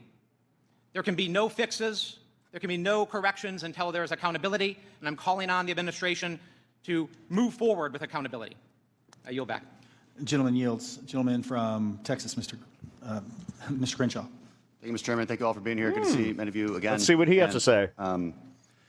Thank you for enduring 2 long days. I will note I always use fire emojis when I see terrorists getting killed. And I want to talk about cartels. This is a subject that is near and dear. That was a little rip. To my heart. I've been investigating it thoroughly for the last couple of years, and I'm glad to see that it's mentioned in all of your opening statements. I mentioned it at the very beginning of the threat assessment. There's a lot to cooperative government to work with. I think a lot has changed. Do I have your commitment that we will at least start following up on those, because the judiciary system in Mexico is a key component in our failures to address the cartels? You do, Congressman. Apologies for not getting back to you sooner. You're good. I appreciate it. I would that process in a responsible way, of course. I do, sir. I appreciate that. Director Gabbard, in my remaining time, I want to ask you, because of my, and this may go to our General Cruz as well, because of my work on energy and commerce, we have... Wait, he has glasses. I haven't seen him with them on. Do they just have one lens? An issue there with broadband spectrum auctions, and of course this affects our intelligence community in a very large way. And they got both. Okay. And our DoD. Getting right to the question here, how much? That's a waste of a lens. Any spectrum can the DoD give up without having a significant effect? Sorry, that's a little rude, but true. Administration's prioritization of lethality and deterrence. I'll defer to General Cruz, specific to DoD. I certainly wouldn't want to speak for all of DoD, and I think the committee is already in a fantastic conversation with the DoD on that issue. I'm being good here. I'm being good. They were BOGO. What I would say is DoD has laid out the portions of the spectrum that it believes for both got him. Operational capabilities and in closed session. You got me on that one. Through, from the intelligence portion of the mission that we do. There are 2 different portions of the spectrum. We often talk about one, but not the other. And in closed session, I'd be more than happy to tell you why the other He can wear them upside down if the main one pops out. portion of the spectrum is important. I'm sorry, that's funny, but Sure, goddamn. The details are obviously classified, but we can talk about X and No! S spectrums. And I gotta get a better back. idea I gotta of back what out. because the public would benefit from telecom having the ability to use some of these. When we look at 5G networks, 6G networks, so it's a conversation that we need to have and a much longer time to do so, which I've run out of. My dad is so angry that U.S. soldiers could have died. Hey, so I yield back. Thank you. Again, it's a start for these people to kind of go, all right, yo, there's like trolling the libs and everything, but this is fucked up. Dr. Barra. Thank you, Mr. Chairman. You know, I associate myself with the comments of my colleague, Congressman Crow. I'm deeply disappointed in how we're handling this breach of protocol and so forth. You know, every year at the beginning of it. I also have a deep disappointment in how we are trying to stop the vigilante, the Batman. Congress, we take an oath to office. You know, this is an awesome responsibility to be a member of Congress. He really does look like a Gotham, like a one of the Gotham elites. Our country. We have no greater responsibility than to protect our homeland. And you know, when I walk into this committee and the honor of being on this committee, I don't see Democrats and Republicans. I see folks. A monocle would suit him well. Every day want to do the same thing. We need to bring back the monocle. But as Congressman Crow, the hipsters tried too hard. You just need to wear it with a suit and just bring it back like classy, like the pocket watch. Suggested the mark of leadership, and we all are leaders in this room, is to accept responsibility when mistakes happen. And that signal chat was a mistake. I'm not here to impugn your character. You were all nominated by the president. You were all confirmed by the president. But we have an awesome responsibility and incredible responsibility to the American people. I've eaten like half and then this given thing. that I we're gotta the United stop. States of America, we have a responsibility to the world. And this really was a breach of protocol. I'll take you at your word that we are going to do a full investigation of it. Our responsibility as oversight is to understand this breach, understand who leaked information, how that happened, and then hold those responsible. This wasn't even really a leak, though. Somebody, again, they shouldn't have been on Discord in the first place. Let's just start there and end it there. I 100% agree with the chairman in his opening statement. He said, where trust is breached, those responsible need to be held accountable. So do I have, Director Gabbard, we served together, we came into Congress together. Do I have your word, when this investigation is fully completed, we will get the full breadth of the investigation? Thank you, Congressman. That would be my intent. I will caveat that by saying that this is being conducted by the National Security Council. I've not gotten any indication that they would try to withhold that, but I can't speak for them. Okay. I also, I see way too much politics when it comes to our national security and our national defense. We've got to keep politics out of this. We're not Democrats or Republicans. We're Americans. We're tasked with the responsibility of keeping our country safe. Director Gabbard, you have an awesome responsibility here to advise the president, to collate all the information, everything that the IC is providing, and provide that best advice and guidance to the president of the United States. We have to keep politics out of this, even if the president disagrees with this, if it goes against his personal wishes, if he's considering an order that potentially is unconstitutional or illegal or compromises our security. I want your word that you will always provide and give that. Just like letting cops investigate abuse of power allegations. Yeah, right. Advice to the president, even if it will make him. Cass? Thank you, Congressman. I appreciate the question because, as you God, her voice is insufferable. said, I do take this responsibility very seriously, and it was my commitment to the president, to the Senate, the American people, that as the director of national. I once showed an emotion, and I raised my voice like this. Intelligence. I will ensure. Oh man, ensure to provide the president. How has nobody actually had the conspiracy that she's a robot? As policymakers, with that unbiased, relevant, Tulsi and timely Gabbard intelligence. does not know how to and to your speak. specific question, the answer is yes. I will inform the president of that accurate, timely, unbiased intelligence reporting, whether it is something that agrees with an assumption or a view or an objective or not. That's my responsibility to him and to the American people. Great. I would just offer advice in your role. What you do on your personal devices versus your official devices, you're speaking to the public, and I would just offer, as I conduct myself, what I say personally is always going to be considered Congressman Barra saying it. General Hawk, I've appreciated working with you and have a deep concern about our cyber vulnerabilities, and we will go into some of this in the closed session. But Salt Typhoon is something we take very seriously, as well as Volt Typhoon and the compromises. Can you just briefly give us an update of where we are with those two? So, Congressman, we share your concern in terms of the overall ensuring that we can protect the critical infrastructure of the United States. The area that we have been deeply focused on is Again, meanwhile, here, let's get the update on our that. ability to partner with industry. 99% of our critical infrastructure is controlled by our industry. Oh, wait, Undead, did you get my, did you read that link? So our ability to bring government information to be able to understand what threats look like and the origin of those threats help inform how industry can defend that and also create the necessary equipment to ensure that we're secure. That partnership continues to grow, and that's really one of our key priorities. And I'll be able to go in closed session into more detail about the specific actions we've done together as an interagency with our industry teammates. Great, thank you. I yield back. Gentleman yields. Gentleman from Pennsylvania, General. Breaking news, top Trump officials' private data and passwords have surfaced online, including Pete Hegseth, Mike Walls, and Tulsi Gabbard. This data could potentially be used by America's enemies to hack into the unsecure Signal chat where they discuss war plans. And that says the source is the link that I gave you. So that's why I was like, oh, did it give any more info or what's up there? So much, Mr. Chairman, and good morning to the witnesses. First let me say that we do have to, in this committee, try as much as possible to remain nonpartisan as opposed to bipartisan. I can recall being that way when I was counsel on the House Ethics Committee, and it's a hard position to take. But I'm really struck by the fact that in December of 2023, crime is illegal. Got it, Cash. many people made Secretary Lloyd Austin go through the stages of the cross in self-flagellation and mea culpas for not informing the president that he was having a surgery. And now how we're treating Secretary Hedgepeth as if he is untouchable. Mike Waltz, when he was a member of Congress, went in the Committee on Armed Services to talk about and slammed Austin for holding himself to a different standard than the American people. And yet we are not doing this across the board. And that's disappointing, at the very least, very disappointing. Director Gabbard, thank you for your testimony.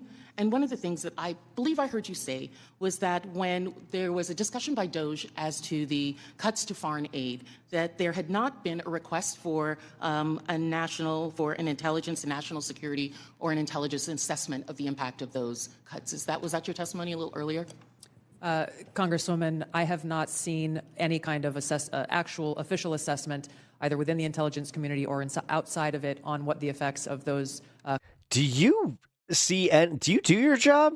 Like, have you done your job just even for like a day? Cuts to USAID. What does she do? She has said, I defer to the DOD on this, or I defer, she always defers to somebody else. She doesn't know shit. Programs has been. But it was not requested by DOJ. Who the hell actually looks up to her and is like, yeah, you know what? She's definitely one of the smart ones. Of you or of any of the areas in which you have oversight over? I'm not aware of any requests. Okay, great. Thank you. I know that there has been some open source reporting on what the effect of those cuts are. I mean, the Russians. When we think about several examples, Kenya, our strongest regional ally in the Horn of Africa, and a key partner with us in the fight against terrorist group Al-Shabaab. And, according to the Washington Post, that's not definitive, and we can talk about this in closed session. Some Kenyan journalists are now being trained by Beijing, mirroring the U.S. programs that have been cut by the administration. Director Gabbard, is letting China train Kenyan journalists going to make Kenya more or less receptive to American requests of the Kenyan government, do you believe? As you said, Congresswoman, our relationship with Kenya has been very longstanding. So do cuts of ours to train journalists in Kenya make them more or less, and Beijing having that make them more or less receptive? Clearly there is strategic competition taking place. I'll withhold my personal view to look. She is effing useless. Well, I was asking for your Oh my God. There's no joke here. She's like, what did she do? What is her position even here? I'm still trying to figure out what the fuck she's trying to be in charge of. Because I forgot. Meanwhile, St. Petersburg University has announced. And you'd think just by any of her answers, I would be like, right, yeah. That it's opened 11 Russian language centers across Africa that pay special attention to the promotion of traditional Russian spiritual and moral values. Director Gabbard, is Russia a friend or a foe? Are they our friend or our adversary? They are an adversary. Thank you. I believe that this reckless cuts make terrorism and our influence in Africa, which is on the front lines of terrorism, a real threat to us, and we need to be careful of it. Director Patel, one of the benefits of being here kind of in the middle is I get to hear other people's testimony and the questions that are asked. I know that Mr. Carson asked you questions specifically about the counterterrorism division. And we know that there has been some open source reporting that says that individuals within that division have been removed or been moved, not necessarily fired, but moved. Do you know if that is correct? I don't have any personal information on that, but people within the CTD component, which is a large component of the FBI, move all the time. And have they been moved? Are you able to get that information to us, whether they have or have not been moved? I'll go back to my team and see who has been moved. If you have a particular Again, do any of these people know anything? interest, we'll share it with you. Of course, we have an interest in counterterrorism division and movement of individuals within. Yeah, weird. Because one of the other things I'm concerned. I'm very proud to be the at the top of my job because I'm not. Again, everybody talks about DEI. Concerned about is you have stated, I believe, in other areas. What about Kash Patel? What about like they don't qualify in that position? I'm not even talking about like color of the skin type thing. I'm talking about the merits. What's his merits for this job? That the not proven that he's exactly qualified. Certain Weird. sections of the FBI related to intel and breaking up components. Can you explain to us how you intend to do that, or what you would like to do, and why? My intention is to reprioritize counterintelligence authorities and cyber capabilities to focus on violent crime and national security. And that's what I'm doing. Yeah, got him. That's Gentleman's good. time has expired. It's like clapping for his own Gentleman answer. From Missouri, Madam Ambassador. Yeah, I practiced that one. Ms. Wagner. Hi, thank you, Mr. Chairman. I thank all of you for being here and for your continued service to our country. Director Ratcliffe, you have repeatedly stated that China is our top national security threat, and I agree. Blah blah blah blah blah blah blah blah blah blah Was the biggest gap We in will intelligence go collection to toward the next Move guy. on to other questions regarding the signal chat. Director There we Gabbard, go. yesterday before the Senate Intelligence Committee, specifically when answering Senator Kelly, you repeatedly said you did not recall any discussion in the Houthi PC small group discussing operational details, strike targets, the type of vehicles and military units involved, or the timing and order of strikes. Do you stand by your testimony from yesterday that you do not recall any of the discussions regarding this type of classified information? Yes or no? My response in the Senate yesterday, yes, I stand by that response. Obviously, the release of the screenshots that came from that chat group today were a refresher on what happened. As I said, She's like, oh, I said I wasn't part of it, and that turns out I was part of it, and I didn't realize that they had all the screenshots. I thought there was only just that one that they released to the media, so I kind of fell asleep during the briefing. That was my bad. They gave it to me in the car. Did I mention that I get sleepy when I'm on the road? I was not involved with that portion of the chat, so it did not come to my recollection yesterday. Thank you. So I take that as you stand by your do not recall yesterday stance when you're asked those questions. You've been in office 43 days. Mr. Gomez, I'm appreciating your candor. Director Ratcliffe has been in office 62 days. This was considered the first major military operation using lethal This was their first one, and they fucked it up this bad. force of the Trump administration. No! Was this the first? And they were high-fiving, emoting, freaking, look at us, we big, strong America, woo, woo, fire emote. This was probably the first time that you've been involved with a discussion like this on a threat. It was not discussing, you were not on a group chat discussing where we're going to go for lunch. You're discussing putting men We are being ruled by the O'Doyles from Billy Madison. and women of the armed services in Holy harm's way. crap. That's a major decision. O'Doyle rules! So, and when did that happen? 10 days ago? Okay, I'll answer that. It happened 10 days ago. Here's the point. Like something of this She's magnitude, like, I gotta reach for the it's mic. something that you I like how he did that in between. She's like, hold on. not forget. It's something that most people, if you're taking this job so seriously, that you would not forget. I mean, since I've been on this committee, there's been days that I have woken up in the middle of the night from the things I've learned in the SCIF. Go, So Team MAGA. deciding to use military force is something hard to imagine. So the do not recall doesn't pass the smell test. It's unbelievable that was the case. So that's what the American people don't understand. And I know a lot of folks in this administration were saying that they're going to take on the establishment and drain the swamp, but you have become that swamp in a matter of days, not weeks or months, days. So one of the things we're going to look into is what actually occurred, because the American people deserve a full accounting. Additionally, the main person who was involved in this thread that a lot of people want to talk to is Secretary of Defense Hegseth. And a lot of questions were brought up regarding his She's like, oh, go ahead. I've thrown him under the bus this entire time. I mean, by all means. drinking habits in his confirmation hearing. He's to your just knowledge, like, do you know whether Pete Hegseth had been what? drinking before he leaked classified information? I don't have any knowledge of Secretary Hegseth's personal habits. Director Radcliffe, same question. Yes or no? No, I'm going to answer that. I think that's an offensive line of questioning. The answer is no. I find it interesting that you want to. I'm going to answer. You asked me a question. You want an answer? No, listen. You don't want to focus on the good work that the CIA is doing, that the intelligence community. Director, I reclaim my time. Director, I reclaim my time. Here, I have huge respect for the CIA, huge respect for our men and women in uniform. But this was a question that's on the top of minds of every American, right? Yep. He stood in front of a podium in Europe holding a drink. So, of course, we want to know if his performance is compromised. If people were asking if the General Austin was compromised because of a heart issue. Was his performance compromised because of a successful strike? Back. Mr. I bring my. You want to know? You want to talk about accepting responsibility? Do you think you should accept responsibility for a successful strike to make Americans safer? You want to focus on? I reclaim my time. So here's the thing. This is serious.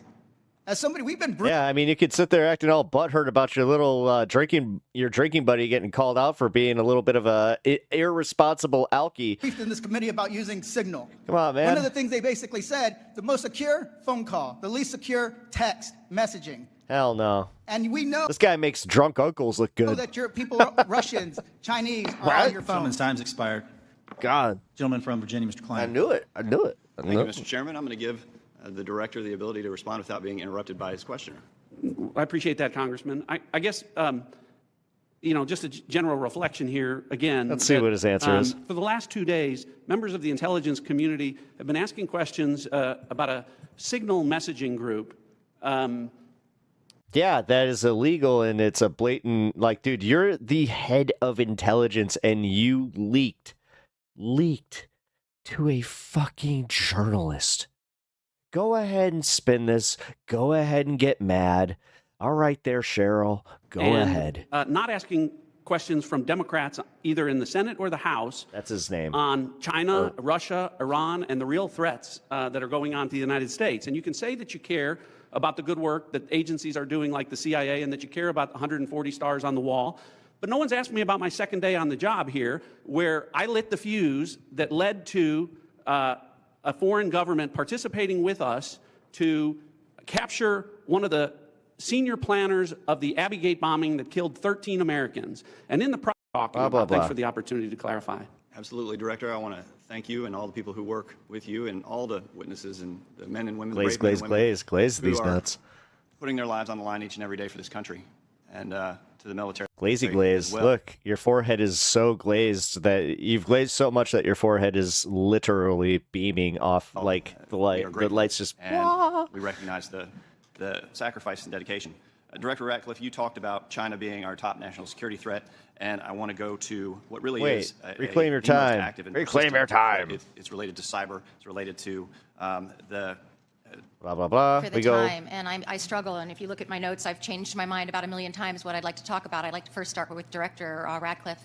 I find it offensive for you to accuse me as a Democrat of not caring about national threats. I very much wanted to talk about those. In fact, yeah, you don't care about national threats. You called me out, you meanie bobinis. Had prepared questions in advance of this hearing about those threats, specifically about biosecurity and bioterrorism. But I don't have time to ask those questions because the threat. Oh my God, is literally the bald meme from SpongeBob. And the movie is not even bald. The threat is across the dais, and I need to ask these questions. It's my job to ask these questions of you, because when I served in the military. And I served in classified environments. Had this happened to me, I would have walked my resignation in immediately. This is not okay. Communicating these sorts of things in Signal is not okay. Yeah, it's weird how, like, the lower classes of the military still have to have a degree of, respecting classified targets, information. Those kinds of things are absolutely classified, and we all know it. I know it. These people know it. This dude called attempted centrist, pulled up his YouTube and his feed is covered with Tucker Carlson and Tim Pool. You all know it. And the fact that we're having to have these conversations now means that I can't ask the questions that I need to ask about things like bioterrorism and biosecurity. And so I'd like to put you in check as well, sir, because you can't assume who I am any more than I can assume who you are, sir. I would like to move my questions, however, over to Director Gabbard, because you are the DNI. You do have an obligation and a responsibility. I'm going to speak to you specifically about the fact that you have spent much of your 40 days talking about the importance of making sure that we don't reveal classified information, making sure that we don't leak information. You're a former battalion commander in the Army. I don't think that you would have necessarily appreciated the kind of leaking of information that I believe absolutely did happen in the Signal Channel and is worthy of a further investigation.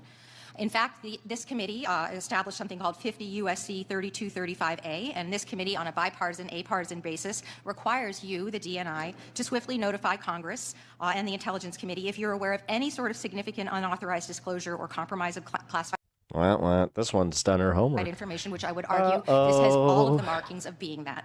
And so if you, as the DNI, see such a thing anywhere within your organization's purview, you have the obligation to begin an investigation to report back to us on that. Would this seem to qualify to you as something worthy of that investigation? Thank you for your question, Congresswoman. In this situation, Secretary Hegseth has the Yes or classification no? and Yes declassification or no? authority over DOD. Yes or no? We get it. Politician. Answer yes or no. This chat did not have the auspice of being a DOD chat. There's no such thing as labeling it as DOD. This was a chat amongst a great variety of people, and you, according to our law that we passed Hey guys, here here. bipartisanly, have an obligation when you think there has been a tangible, significant There. Now everything we say is classified. This is how this works. leak of information to instigate an investigation. Do you not think it's important to do such a thing?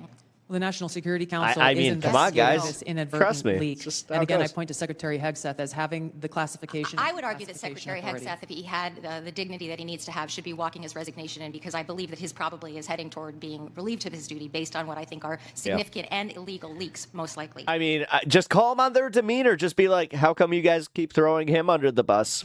What's I would going like on it if there? You would please commit to this organization that you will follow the law. And I would like it if you would also investigate what is likely to be more than just this chat. Because if there's one, there's more than one. If there's smoke, there's fire. Would you please obligate yourself and your organization to that investigation? Yeah, Congresswoman, yes, I will follow the law. Thank you. I appreciate that. And Director Patel, I learned just recently that you only heard about this yesterday, which blows my mind since I heard about it 2 days ago, and I'm just a low on the dais, junior chipmunk here.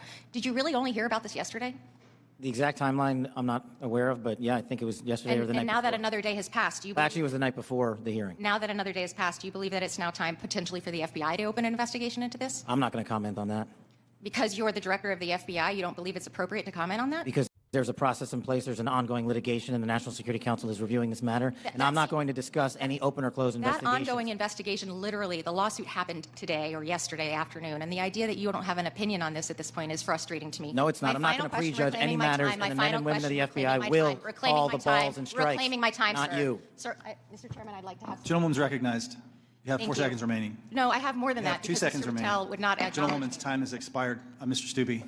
Thank you, Mr. Chairman. Director Gabbard, were there any sources described in the Signal chat?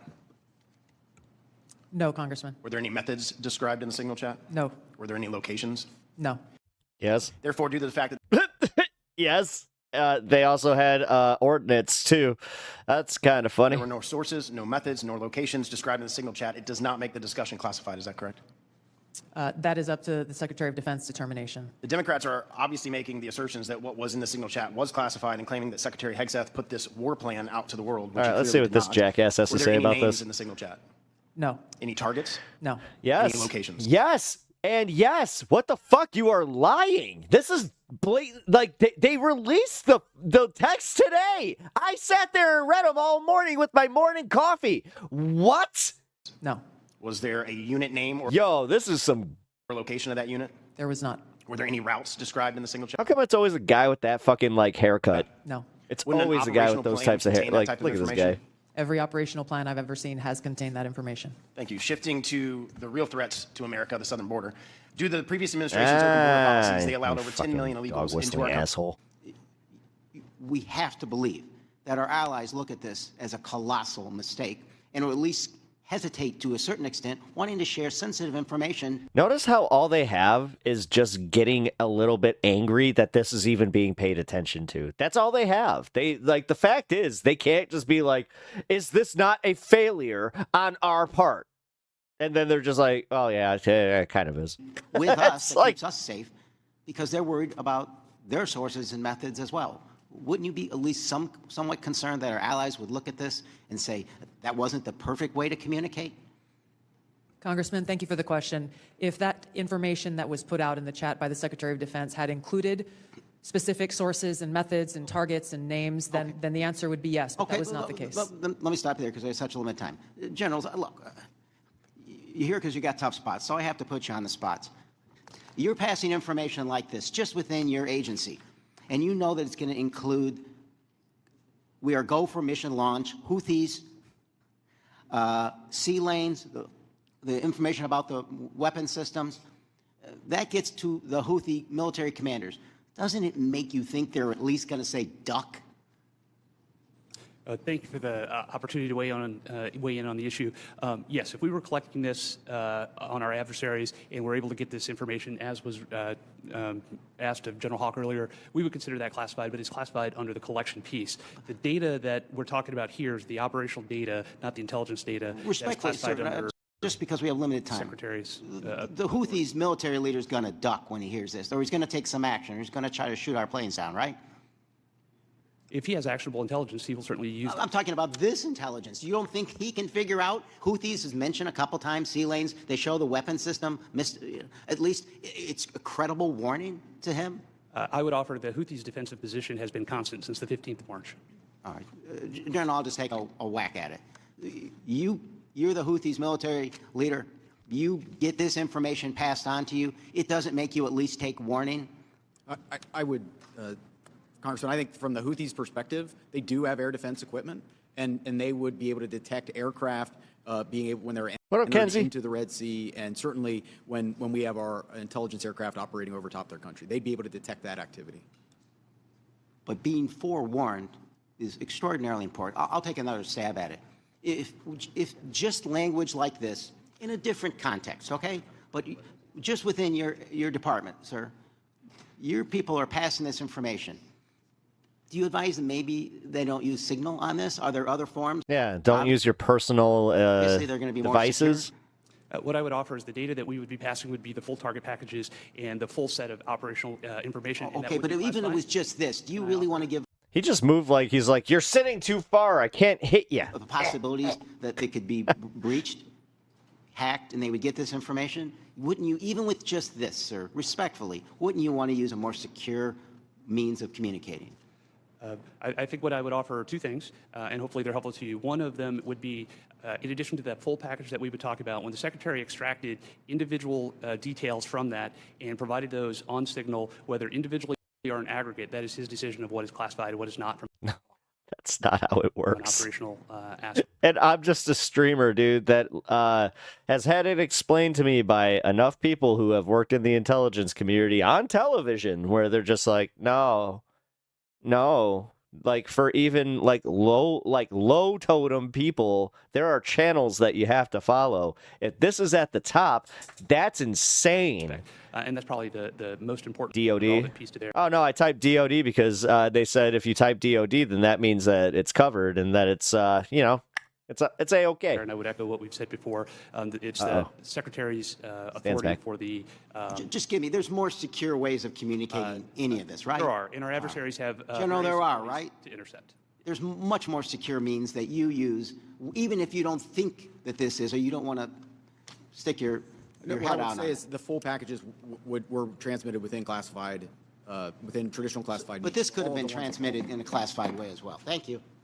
Gentleman's time's expired. The gentleman from Arkansas, the distinguished chair of the Financial Services Committee, Mr. Hill, is recognized. Thank you, Mr. Chairman. And let me say, Blah, blah, blah, blah, blah, blah. We already know. At least you guys made like this really easy. But you're welcome anytime.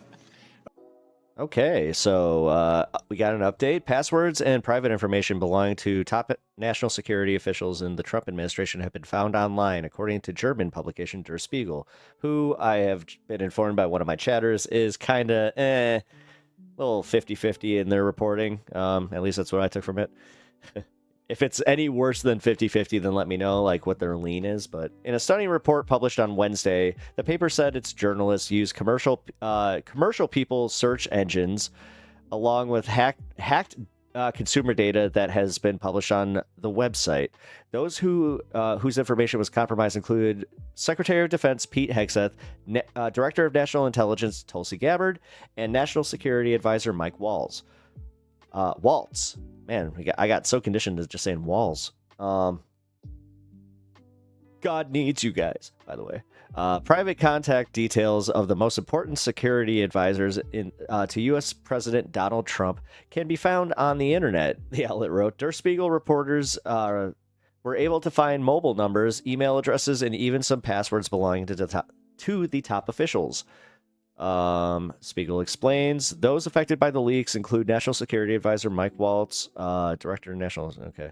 Most of these numbers and email addresses are apparently still in use, with some of them linked to profiles on social media platforms like Instagram and LinkedIn.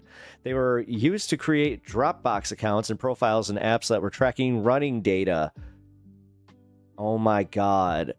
Oh my God. They're getting tracked through their their frickin' what did you call it before the Apple Watch took over? Oh God. The Fitbit. They're getting tracked by Fitbit. There are also WhatsApp profiles for the respective phone numbers and even Signal accounts in some cases. Woo! Oh, this is so much worse than we thought. Okay. Oh, man. I've said that twice now, and it's somehow getting worse. Guys, at what point do we just go, what? Like, do we just all, like, collectively start laughing like we've gone completely insane? Because it's just, I mean, it's like they broke. I mean, I'm starting to feel it. As such, the reporting has revealed an additional grave, previously unknown security breach at the highest levels in Washington. Hostile intelligence service could use this publicly available data to hack the communications of those affected by installing spyware on their devices. It is thus conceivable that foreign agents were privy to the Signal chat in which Gabbard, Waltz, and Hegseth discussed the military strike. The revelation comes just 2 days after Jeffrey Goldberg of The Atlantic published a wild story detailing how Waltz added him to a Signal chat with Hegseth, Gabbard, and Vice President J.D. Vance and other Trump officials where they discussed a looming airstrike on Houthi rebel targets in Yemen. Waltz and Hegseth responded to The Atlantic story by lashing out at Goldberg. Ultimately, Waltz took some responsibility for the leak, while nonetheless suggesting Goldberg may have somehow cajoled his way into the group chat. Look, a staffer wasn't responsible, he said. I take full responsibility. I built the group. My job is to make sure that everything's coordinated. That's it.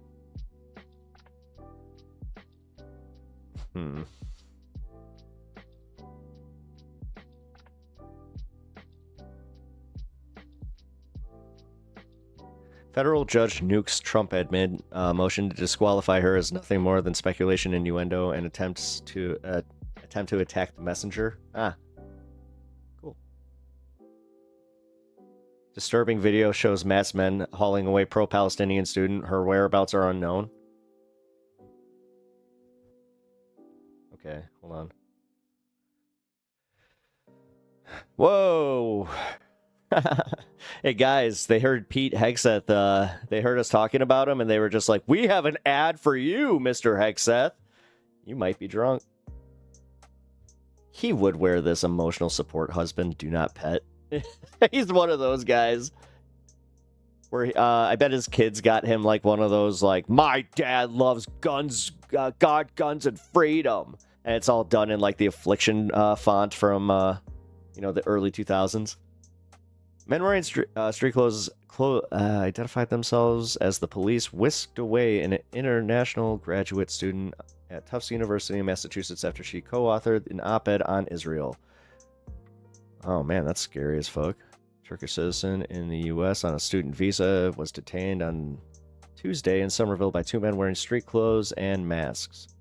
In a video posted on social media by the Council of American Islamic Relations, Ozturk, I think that's how it's said, is seen walking down a sidewalk when she is stopped by a man wearing a hat and a hoodie. After saying, "Hi, ma'am," the man, who did not appear to flash a badge of any kind, seizes her phone as a second man approaches. Those two men eventually handcuff her as others wearing masks stand guard. At one point, one of the men can be heard saying, "We're the police," but he didn't identify what agency or department. "You don't look like it," a bystander can be heard saying. "Why are you hiding your faces? Why are you hiding your faces?" One bystander told the Boston Globe that Ozturk informed the men, "I am a student." The paper said the bystanders spoke on a condition of anonymity for fear of retaliation from the government. "We are unaware of her whereabouts and have not been able to contact her," Ozturk's attorney Masa Habibi told the New York Times. Hanbibi. No charges have been filed against Rumia to date that we are aware of. Tulsi University officials said that they were not told of the arrest ahead of time. Last March, Ozturk's name appeared as a co-author on an essay calling on the school to acknowledge the Palestinian genocide and divest from companies with the ties to Israel. Ozturk's arrest, presumably by the feds, is one of several detentions of international students who have protested against the war in Gaza. Earlier this month, federal authorities arrested Mahmoud Khalil, a recent Columbia University graduate who had been active in last year's campus protests. Khalil was in the country on a green card and therefore was a lawful permanent resident. However, the State's Department now says his status is being revoked ahead of his possible deportation. He is currently being held in a detention facility in Louisiana. The arrests are part of a crackdown on universities under President Donald Trump, who made the deportation of undocumented immigrants a centerpiece of his campaign last year. Though Ozturk was in the country on a student visa. A profile of Ozturk appears on a website, Canary Mission, which publishes personal details of pro-Palestinian students in the U.S. in its effort to combat anti-Semitism. After reviewing the materials Canary Mission posted on the profile, it is unclear if anything Ozturk said or wrote is anti-Semitic. Jesus. Yeah, guys, I mean, this is straight up like 1960s shit here. Like, at what point do we start studying up on Kent State? I mean, damn. That's depressing. Oh.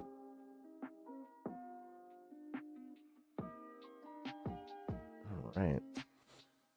Well, hopefully I'll have an update on that story. Okay, so we have another little bit of another little update from Adam Mockler. No classified intelligence. There was nothing classified in there.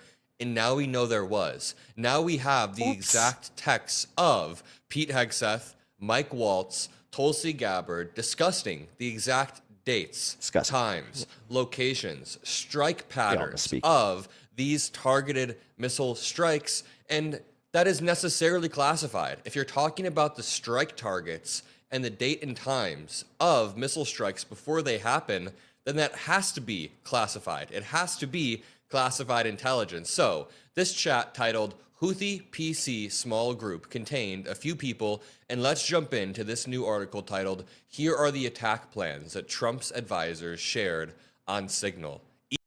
Easily one of the biggest stories out. Sorry, Jeffrey when I Goldberg do those and little pauses, that's for me to kind of intake that, where I'm like, really? Shane Harris write, the administration has downplayed the importance of the text messages inadvertently sent to the Atlantic's editor-in-chief.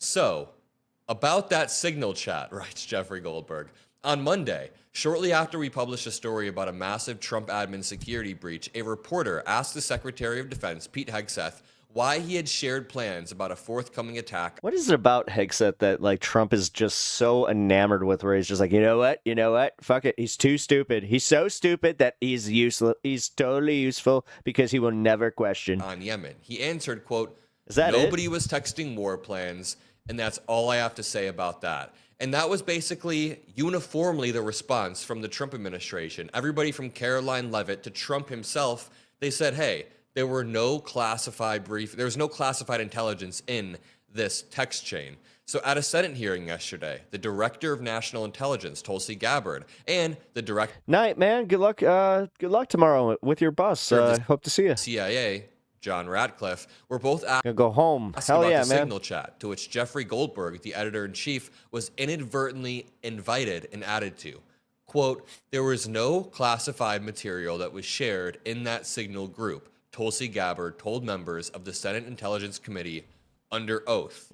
Under oath, she said this. Yes, they under all oath said she this said under this. oath. And Yep. that is And one now she's gonna plead stupidity. of the big She can't even plead the fifth anymore. Now she has to plead stupidity. headlines. I didn't know. I actually did not know. They didn't tell me anything about it. I know I'm the director of national security, and it just makes sense that they would have told me before the lady in Congress. But the mean mom in Congress, she apparently learned about it before me. That's just a big oopsie on my part. Lines here as well. Not very aloha. Ratcliffe said much the same. Quote, my communications, to be clear, in the Signal message group were entirely permissible and lawful and did not I know I'm misusing it. I'm doing that on purpose, by the way, guys. include classified information.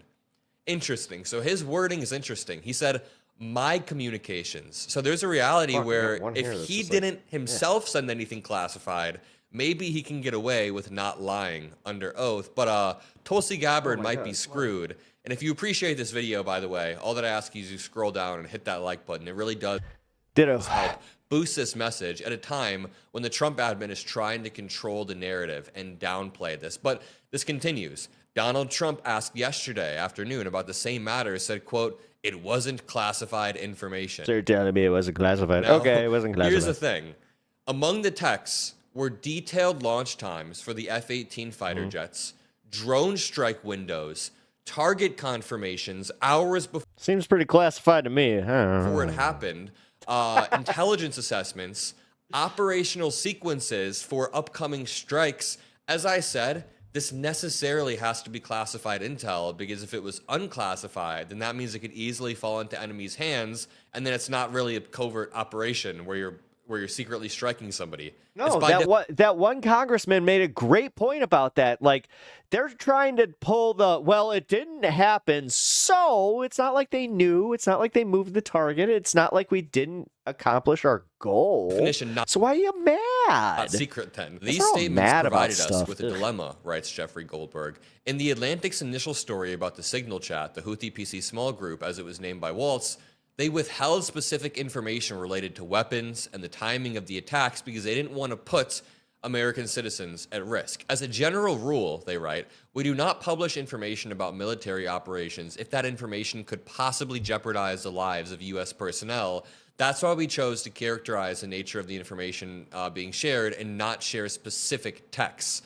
So reporters from The Atlantic, the editor-in-chief of The Atlantic has a better brain, has better instincts when it comes to intelligence and national security than our actual intelligence officials.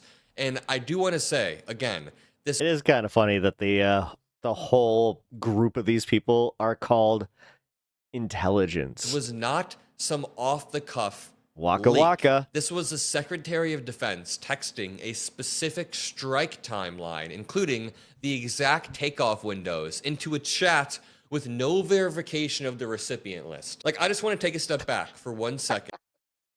It's even funnier when more people say it, where you're like, yeah, that is really, oh man, that's, wow. This, like, you wouldn't do this with your family. Like, we all have that one family member where it's like, don't add them to the group text. This is like that, like somebody just being like, getting drunk and just being like, you know what, I'm gonna add Uncle Steve to the group text, and everybody's just like, why would you add Steve? Now we gotta make a new Drunken, one. Stumbling asshole. I'm not saying he was drunk at the time, but we know that he has a problem with drinking. He just texted exact takeoff windows and strike confirmations into a chat without even verifying the recipient list. One of the messages even acknowledged. My uncle texted me when he was drunk before we bombed Yemen back in the 90s. The launch was just 31 minutes away.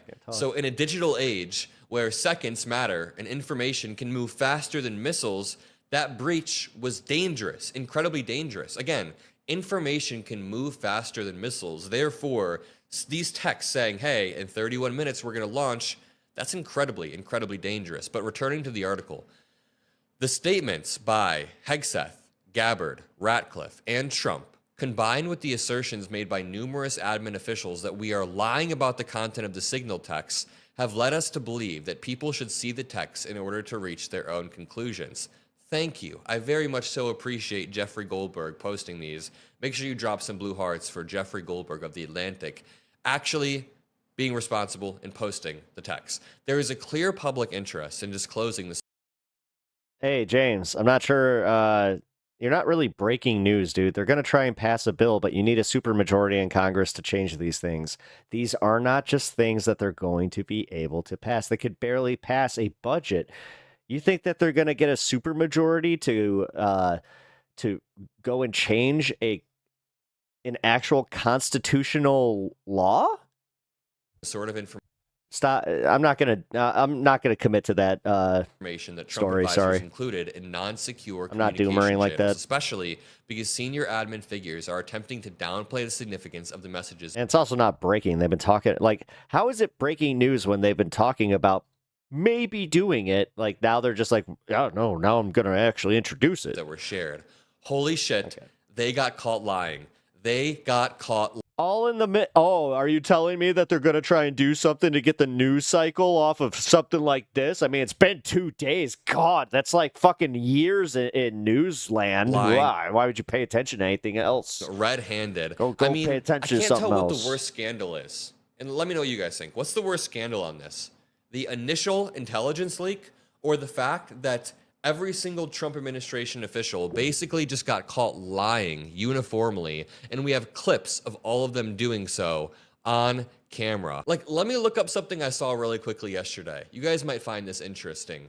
Charlie Kirk posted on his YouTube. I was wondering how Charlie Kirk was going to spin this, right? And he posted on his YouTube, the real scandal would have been if we discover J.D. Vance, Pete Hegseth, etc. were saying one thing to voters in public while completely contradicting themselves in private. Instead, we have clear symmetry and consistency of messaging.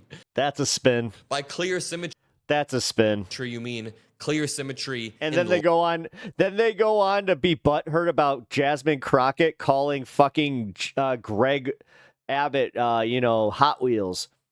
Okay. Lying, right?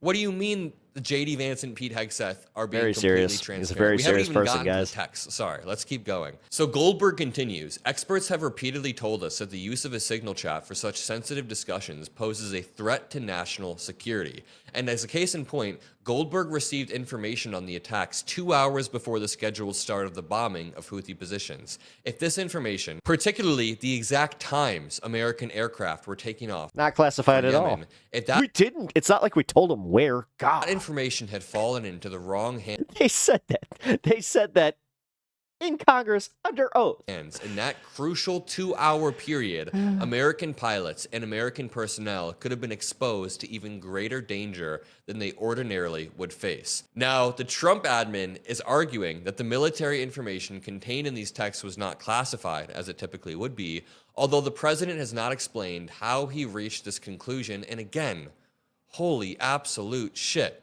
They lied about this. Of course they did, but I mean, they all got caught red-handed lying uniformly. Yesterday, Goldberg asked officials across the Trump admin if they objected to us publishing the full text. In emails to the CIA, the DNI, the National Security Council, the DOD, the White House, they said, in light of statements today from multiple admin officials, including the Senate Intelligence Committee. Hold on. Just so you guys see this, like that I am doing this, I just dropped my dice and I rolled a nat 20. And taking the picture. There we go. I'm going to post it in Discord. That the information is not classified. Just so you does guys that can mean see, I that we did can not post pick it? up We're the considering dice. publishing it. And late yesterday, Caroline Levitt responded, quote, as we have repeatedly stated, there was no classified information transmitted in the group chat. However, the CIA director and national security advisor have both expressed today that does not mean we encourage the release of the conversation. So Goldberg called Caroline Levitt's bluff. And now Let's see this. As we wrote Monday, much of the conversation in the Houthi PC small group concerned the timing and rationale of the attacks on the Houthis and contained remarks by the Trump admin officials about the alleged shortcomings of America's European allies.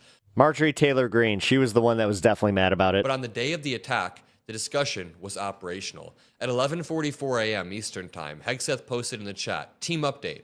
The text beneath began, "Time now, 11:44. Weather is favorable. Just confirmed with CENTCOM. We are a go for mission launch." CENTCOM, or Central Command, is the military's combatant command for the Middle East. The Hegseth text continues, 12:15 ET, F-18s launch. 13:45, trigger-based. F-18 first strike window starts. Target terrorist is at his known location, so should be on time. Let us pause here for a moment to underscore a point, says Jeffrey Goldberg. This signal message shows that the U.S. Secretary of Defense texted a group chat that included a phone number unknown to him, Goldberg's cell phone, at 11:44. They keep claiming that there weren't mass graves at the residential schools in Canada. Actually, Honeybee, she has been talking about that a little bit too. Distracting. I can't wait for that debate. I'm going to make sure that when I do plan that, I want you to actually be in the chat for that. 4 a.m. This was 31 minutes Since before y'all are the from the U.S. same area. warplanes launched, and 2 hours and 1 minute before the beginning Oh, of a hey, period in which that's the right, primary West Coast, target, shit. the Houthi terrorist target, that's right, was right. expected West to Coast be forward. killed by these American aircraft. Again, 31 minutes that's loud as before fuck. the U.S. warplanes launched, and 2 hours and 1 minute before the attack, our Secretary of Defense sent out a text in a group chat with an unknown number.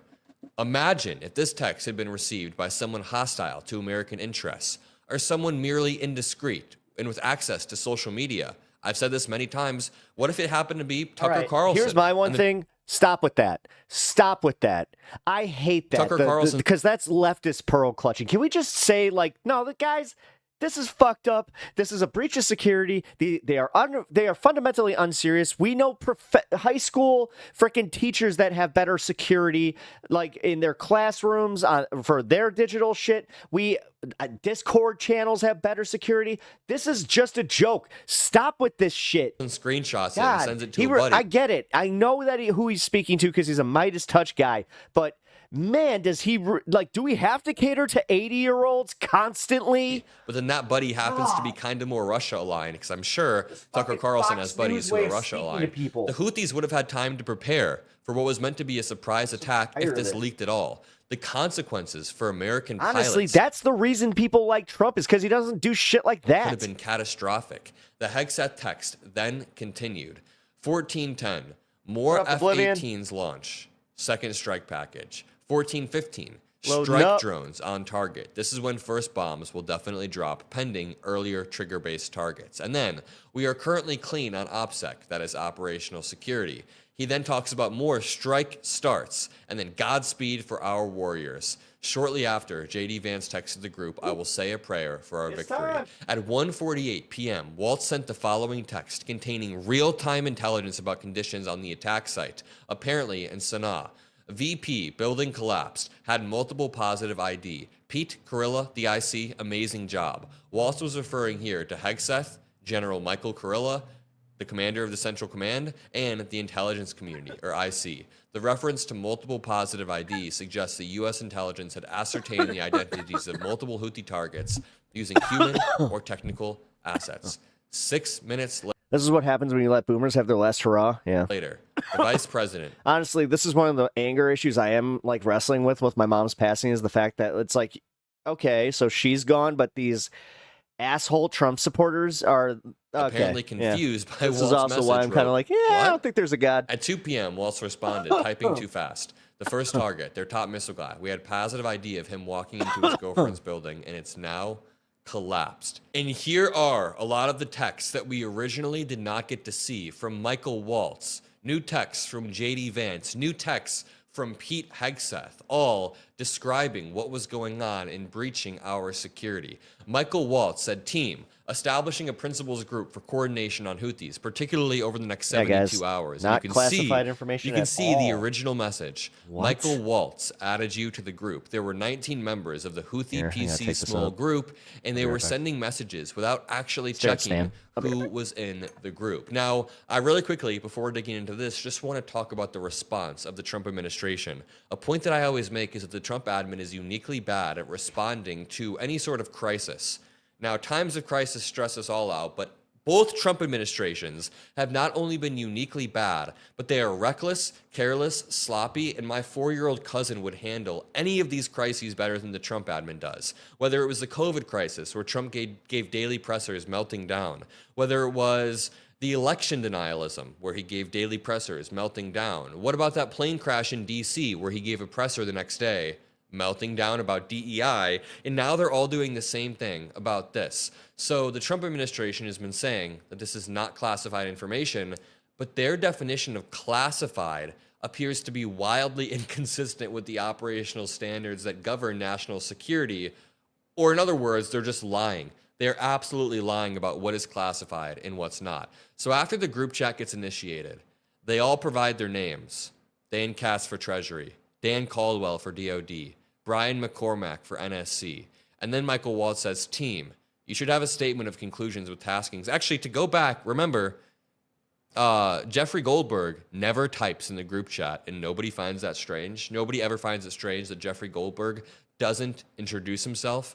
Team, I am out for the day doing an economic event in Michigan, but I think we are making a mistake. 3% of U.S. trade runs through the Suez. 40% of European trade does. There's a real risk that the public doesn't understand this or why it's necessary. So J.D. Vance was privately disagreeing. This also contradicts what Charlie Kirk was saying. The real scandal would have been if we discovered J.D. Vance was saying one thing to voters while completely contradicting themselves. Doesn't that seem to be exactly what they're doing? So J.D. Vance continues, the strongest reason to do this, as POTUS said. The disappearing messages thing is very concerning. We're supposed to have access to this stuff through FOIA. That's the reason that they're all, somebody had brought that up too, where just the fact that like they have disappearing messages is completely illegal. Bernie Sanders actually brought that up too, where he was just like, no, this isn't just a failure on security. This is also blatantly illegal. Is to send a message. But I'm not sure the president is aware how inconsistent this is with his message on Europe right now. There's a further risk that we see a moderate to severe spike in oil prices. I am willing to support the consensus of the team and keep these concerns to myself. Okay, can I just reiterate? J.D. Vance is saying in this text, I am willing to support the consensus and keep my concerns to myself. I'm not going to publicly push back. And Charlie Kirk's response is, I'm so glad that J.D. Vance is aligned publicly and privately. These people are such snakes. Then Joe Kent says, there is nothing time sensitive driving the timeline. We'll have the exact same options in a month. The Israelis will likely take strikes and therefore ask us for more support, but that's a minor factor. Ratcliffe says, from a CIA perspective, we are mobilizing assets to support now, but a delay would not negatively impact us. Okay, they're going to claim this isn't classified. This is by definition a classified conversation. They are literally talking about the potential timelines. If this wasn't classified, then how come they won't just let us have full access to all of their communications? Like if they're this blatant with it, and Charlie Kirk is this happy about it too, he should be happy and he should also be demanded. It's like, well, you gotta make me happy every day. Show me every communication just to show how much you are a true man of your word. All of this. When Trump and Elon Musk said they were going to provide more transparency in their administration, this is not what we meant at all. And keep in mind, Tulsi Gabbard testified under oath about 24 hours ago exactly that no classified information was shared whatsoever. Not even 24 hours. She just did it again today. Wait a minute. Where was this? What time was this recorded? 9 hours ago. So yeah. Tulsi Gabbard's testimony to Congress was from the live video. I was watching it while Majority Report was on. Trump himself brushed it off, not under oath, but brushed it off in front of the cameras, saying it quote unquote wasn't classified. But as Warner said, You It wasn't can't have classified. it both ways. Either you take national security. You know what? I told you before. Technically, I'm the president has the ability to classify or declassify whatever he wants. Well, you know what? It wasn't classified. I'm declassifying the communications. Security seriously. Just being or you consistent. don't. Either you apply the standards consistently, or your outrage is purely political performance. Because in these texts, they are talking about whether to move the What? timeline back a month. You guys understand how that is inherently classified. I gotta the cover this timeline now. for striking enemies. The Houthis can't know if you're going to strike them in April or if you're going to strike them in March. That's not the Houthis' business whatsoever. That is our business. You can't send timestamps, strike sequences, internal assessments, and then say that none of this is classified whatsoever. And honestly, the broader concern that I keep going back to isn't just about the one botched chat. It's a few questions that are now raised. How many times have they made a reckless call like this without even realizing it? How normalized has this amount of recklessness been in this admin? How normalized is this lying becoming to the American people? I mean, of course, they got caught red-handed lying, but like Gaslighting. they tried to too. normalize it. They tried to get away with guys. it. Thank It's God. literally like, dude, if you read anything about like therapy, this is textbook gaslighting. Goldberg posted the full text. And You're not even called good their at bluff. it. But when military plans are shared on unsecured apps, you don't tell the public to just shrug it off. That's not strength. That's not putting America first. That's the type of institutional rot and brushing stuff under the rug that the Trump administration has been trying to push away. The Trump administration has been trying to call out. So they talk about, we already read these texts. I fully share your loathing of European freeloading. It's pathetic. But here we go. Here are some of the operational texts that Pete Hegseth sent. Team update. Weather is favorable. F-18's launch. Trigger. OPSEC is not established. We have now definitely come to find out. Based. F-18. First strike window starts. He sent this 31 minutes. Yeah, ICE does whatever Tangerine Caesar wants. Yeah, the fact that ICE is a bunch of like, you know, dropout cops that couldn't even like make it through the police academy does really kind of bring to light like, oh, that's how, the original, the OG did it. Before the strike even started. Yeah, I mean, this it is makes sense all now. incredibly classified. And then there's a fist bump fire emoji. sending Woohoo, America! emojis afterwards.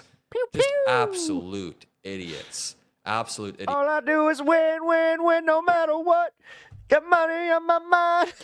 And then we have a screenshot of the people in the group chat. Bombing your man. Let me know what and names you recognize. We know And they stay there.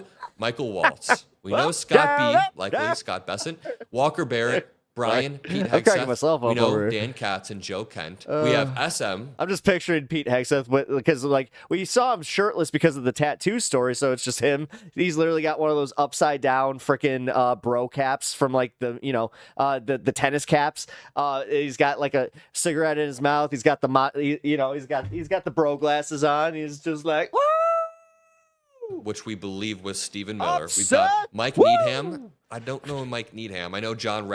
If you guys enjoyed this content, please leave a like and subscribe to the channel. It really helps me out in the algorithm. And also, check out my live streams weekdays from Monday through Friday and special Saturday streams. I really appreciate you guys checking out the content, and I'll see you in the next one.